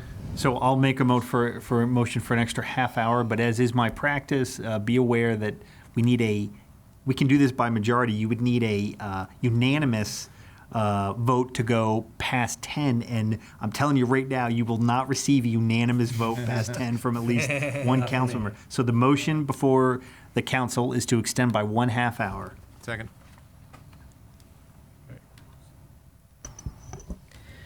Councilmember Bailey? Yes. Councilmember Kuhnhart? Yes. Councilmember Ravazio? Yes. Vice Mayor Beckman? Yes. Mayor Andrews? Yes. Okay. So where we ended up before that, do we need a motion or just a No, I think consensus? direction is, we'll stage it out, right? Put on some future draft when you can fit it, that we are going to consider whether or not to give direction to spend any sort of significant staff time on the issue. I think it's presented squarely enough that that we should make that decision and have a direct discussion. I think we've also fairly clearly indicated we do not want staff time spent at this stage. Is that clear? Yes, and you have another item, the PG&E I know, we got letter. 2 more items. Just one more. Letter to PG&E and then discussion of chipper program and current budget allocation. Yeah, that one will just be, the chipper will just be coming back at a future meeting. I just wanted to highlight, it wasn't on the draft agenda, but it's something that we'll be bringing back to you budget-wise. We don't need to discuss tonight. Oh, Okay. So, Eli, you want to? Sure. So what is billed here is a letter to PGE, and E actually a draft resolution. Essentially, so I drafted that draft resolution there. After we experienced the PSPS event, I think that there's a pretty unanimous feeling in town that PSPS is not an acceptable long-term solution to the situation that PG&E finds itself in. And yet PG&E's stated plan is that they will just turn our power off whenever they need to for the next 10 years. And that is, to my mind, unacceptable. I don't think that we're seeing, as of yet, any serious action from the state. And I felt that perhaps local leadership was needed to step in and create pressure on the state. So I've drafted a resolution. I am working with, I'm bringing it here tonight. I would, love to hear what you guys think of it. But I've also been working with at least one council member from every other jurisdiction in Marin, as well as municipalities and counties all throughout PG&E's service area on this. Just recruited tonight a Berkeley council member is going to be heading up this effort in Alameda County. So this is what this is about is basically local agencies coming together and saying, look, we're not okay with the status quo. We're not okay with how we got here. But it's not just about complaining. It's also about proposing solutions and there's an argument to be made, a valid argument, that it is not Corte Madera's place to be suggesting state policy, but there is an equally, if not more so, valid argument to be made that the effects of the PSPS program, the effects of the state's failure to regulate PG&E are having a real and unacceptable impact on Corte Madera, on our residents' lives, on the economy here. I mean, you see the malls shut down for 2 days on end. We lose, as Todd said, 20 to 25 grand a day in sales tax revenue. Those are real local effects, and I do think that they demand a real local response. So that is why I drafted, staff did not draft, I drafted this resolution, and this is the resolution that is being circulated to other municipalities and other counties throughout PG&E service area and is so far receiving, on balance, a rather enthusiastic response from other agencies. All right. Yeah, I mean, Teresa, can we discuss this? Oh, we should ask for public comment. Is at least one member of the public still here? Two. Oh, I didn't see you behind Wake her that, up. Teresa. Sorry, Pat. No public comment. All right. But Teresa, can we discuss this substantively, or we're just discussing whether to put it on an agenda? You're just discussing whether to put it on the agenda, so you can have enough of a discussion so that you have enough information to know whether to put it on, and Right. you're probably pretty close to there. So the one thing about this, Eli, is my understanding is that some staff time has already been spent drafting this. Is that right? I drafted this. Oh, okay. I thought that you asked either Rebecca or Teresa's firm or somebody to do this. This is your own work? Yes. Oh, okay. I'm actually Excuse me. relieved to hear that. Excuse Teresa, me, I no, was- there was some time spent. Oh. We did spend It some was time reviewed. reviewing it. Yes. And commenting, and then I think a council member made some revisions. Okay. Okay. Right, Now- and Jim's given some input on this as well. This resolution I'm not enthusiastic about. So if the question is whether this one should even be on the agenda, I'm cautious about even placing it on the agenda. I'm surprised this work product is from your office, frankly. There are all kinds of legal terms in here that are sketchy. This is not work product from our office. We've reviewed an earlier draft and provided some generalized comments. Okay. But this was not drafted or even redlined by our office. Okay. But the issue is whether so listen, the way that I've always understood it is that the town attorney and the town manager are the two people whom we as a council can directly contact to do stuff. But we should exercise some judgment about the amount of time we ask them to do it. I call Teresa's office regularly whenever I have an ethical issue because I can't figure it out. And I always ask her to explain to me whether or not I need to recuse myself or is there an ethical thing here, because that seems appropriate. But I don't ask her office to do any substantive work without either getting permission from or direction from the rest of the council or at some point from Todd. So I would be cautious.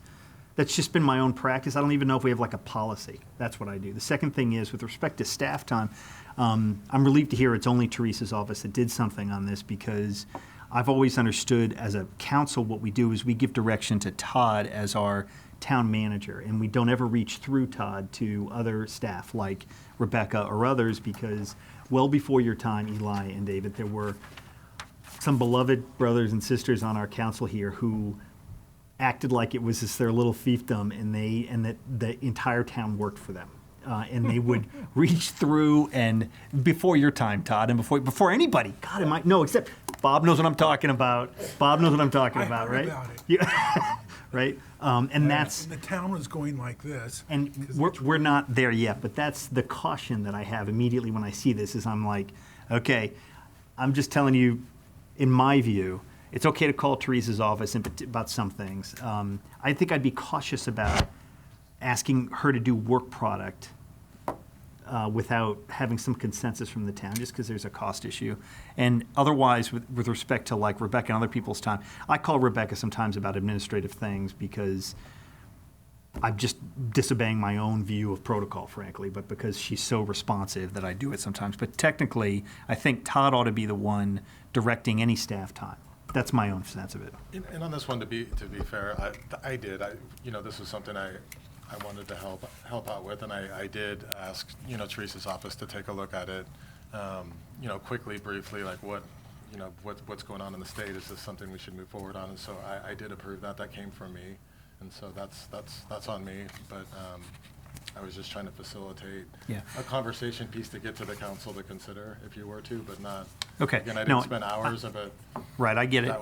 And Eli, I'm consistent with the previous ones, that if there's a specific issue that people want considered, that we could put it on a future agenda and we can talk about it. But that's different from asking that staff time be spent to work it up. And the reason I say that is because I'm not sure that I would ever, that it's just the kind of thing that we ought to be spending any staff time on, at least until we have a consensus among the council that we ought to. So I appreciate the idea you want to bring definition to it and inform the discussion by having work product. I don't know that my own sense, the way we ought to operate, is that we should have that work done before time without a consensus. But the other thing is going to the specifics here. It's true that the PG&E issues are something that immediately affect Corte Madera, but you could make a similar argument analytically to every single thing in the universe. Donald Trump's dissatisfaction of the people of Corte Madera is palpable.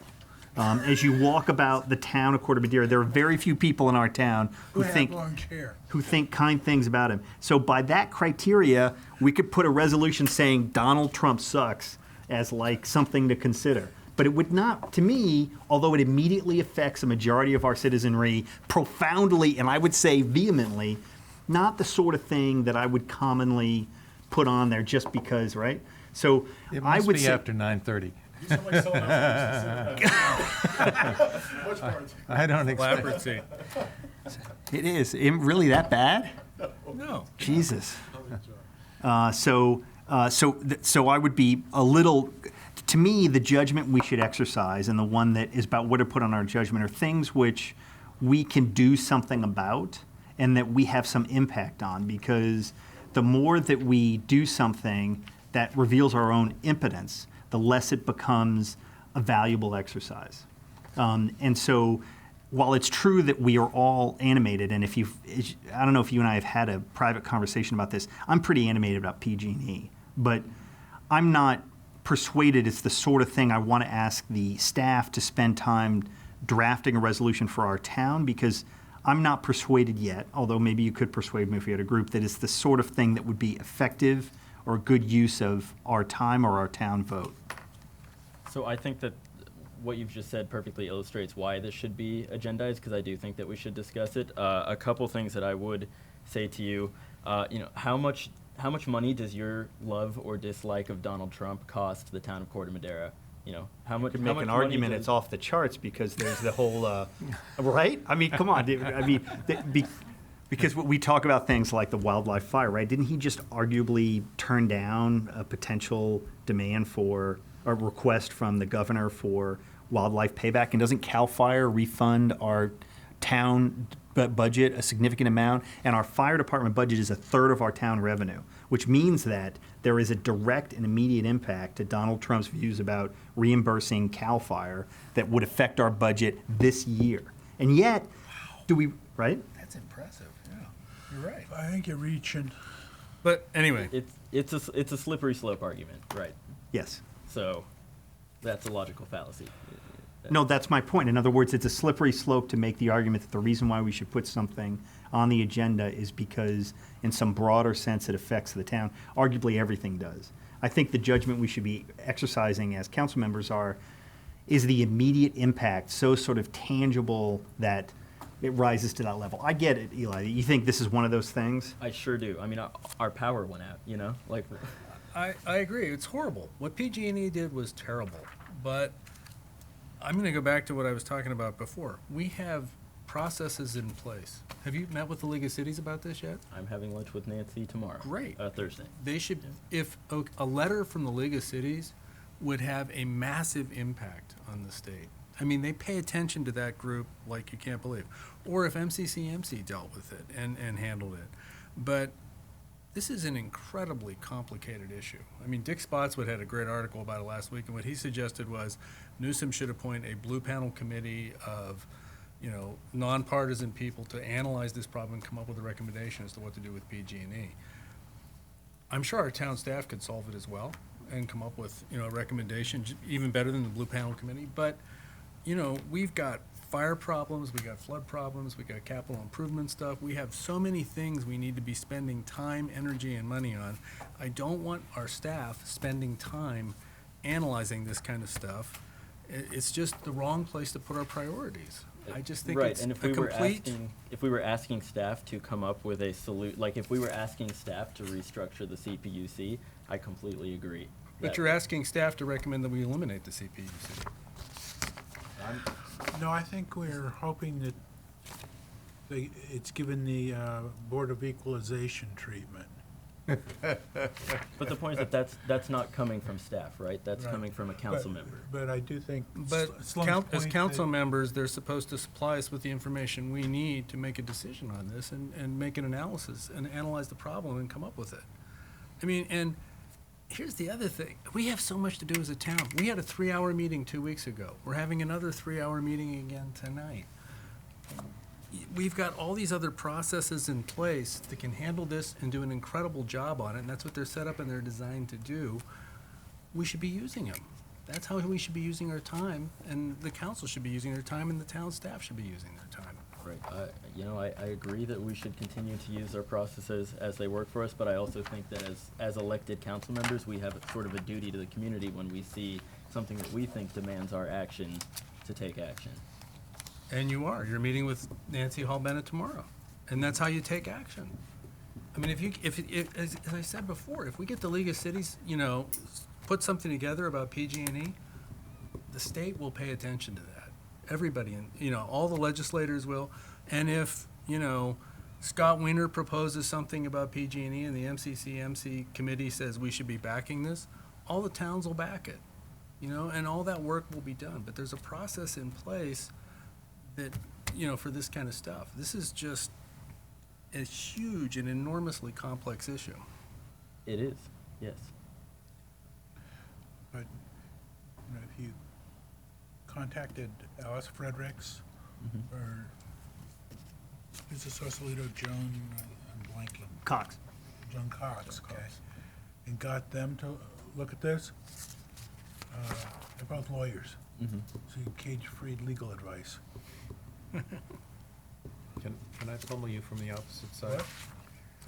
Sure. For the almost 2 years that I've known you, Vice Mayor, I have been continuously impressed with your energy and your inventiveness and your values and the things that you are aiming to do and are capable of doing, which go far beyond any other architect that I am aware of. I think that this ranges into so many zones that other people have great, deep responsibility for right now, and they're arguing about right now, that it has the potential of making you and or us appear as though we are tilting at windmills. I think that the idea of going to the MCCMC is great. I mean, Mike McGuire is chair of the Senate Committee on Energy and Commerce, et cetera. He is deeply, deeply, deeply in this issue, and he would be a great person to talk to if you have the energy to keep going in this direction. I have a call scheduled with him on Thursday, so. Excellent, excellent. So you're doing all the right things, and I'm not surprised. I am impressed, not surprised. On the other hand, are we all prepared to do these things as well? And I think it's always a matter of what's the right level of governance, right?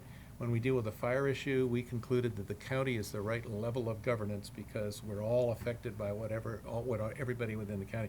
If we were to locate an airport, we would need the whole MTC, the whole region, to be on it. If we're doing a dog park, it's just us. But, so you always have to assess which level is right. This goes so far in so many different Venn diagrams. I think that I therefore, although I have my attitudes about PG&E, I therefore couldn't get behind this.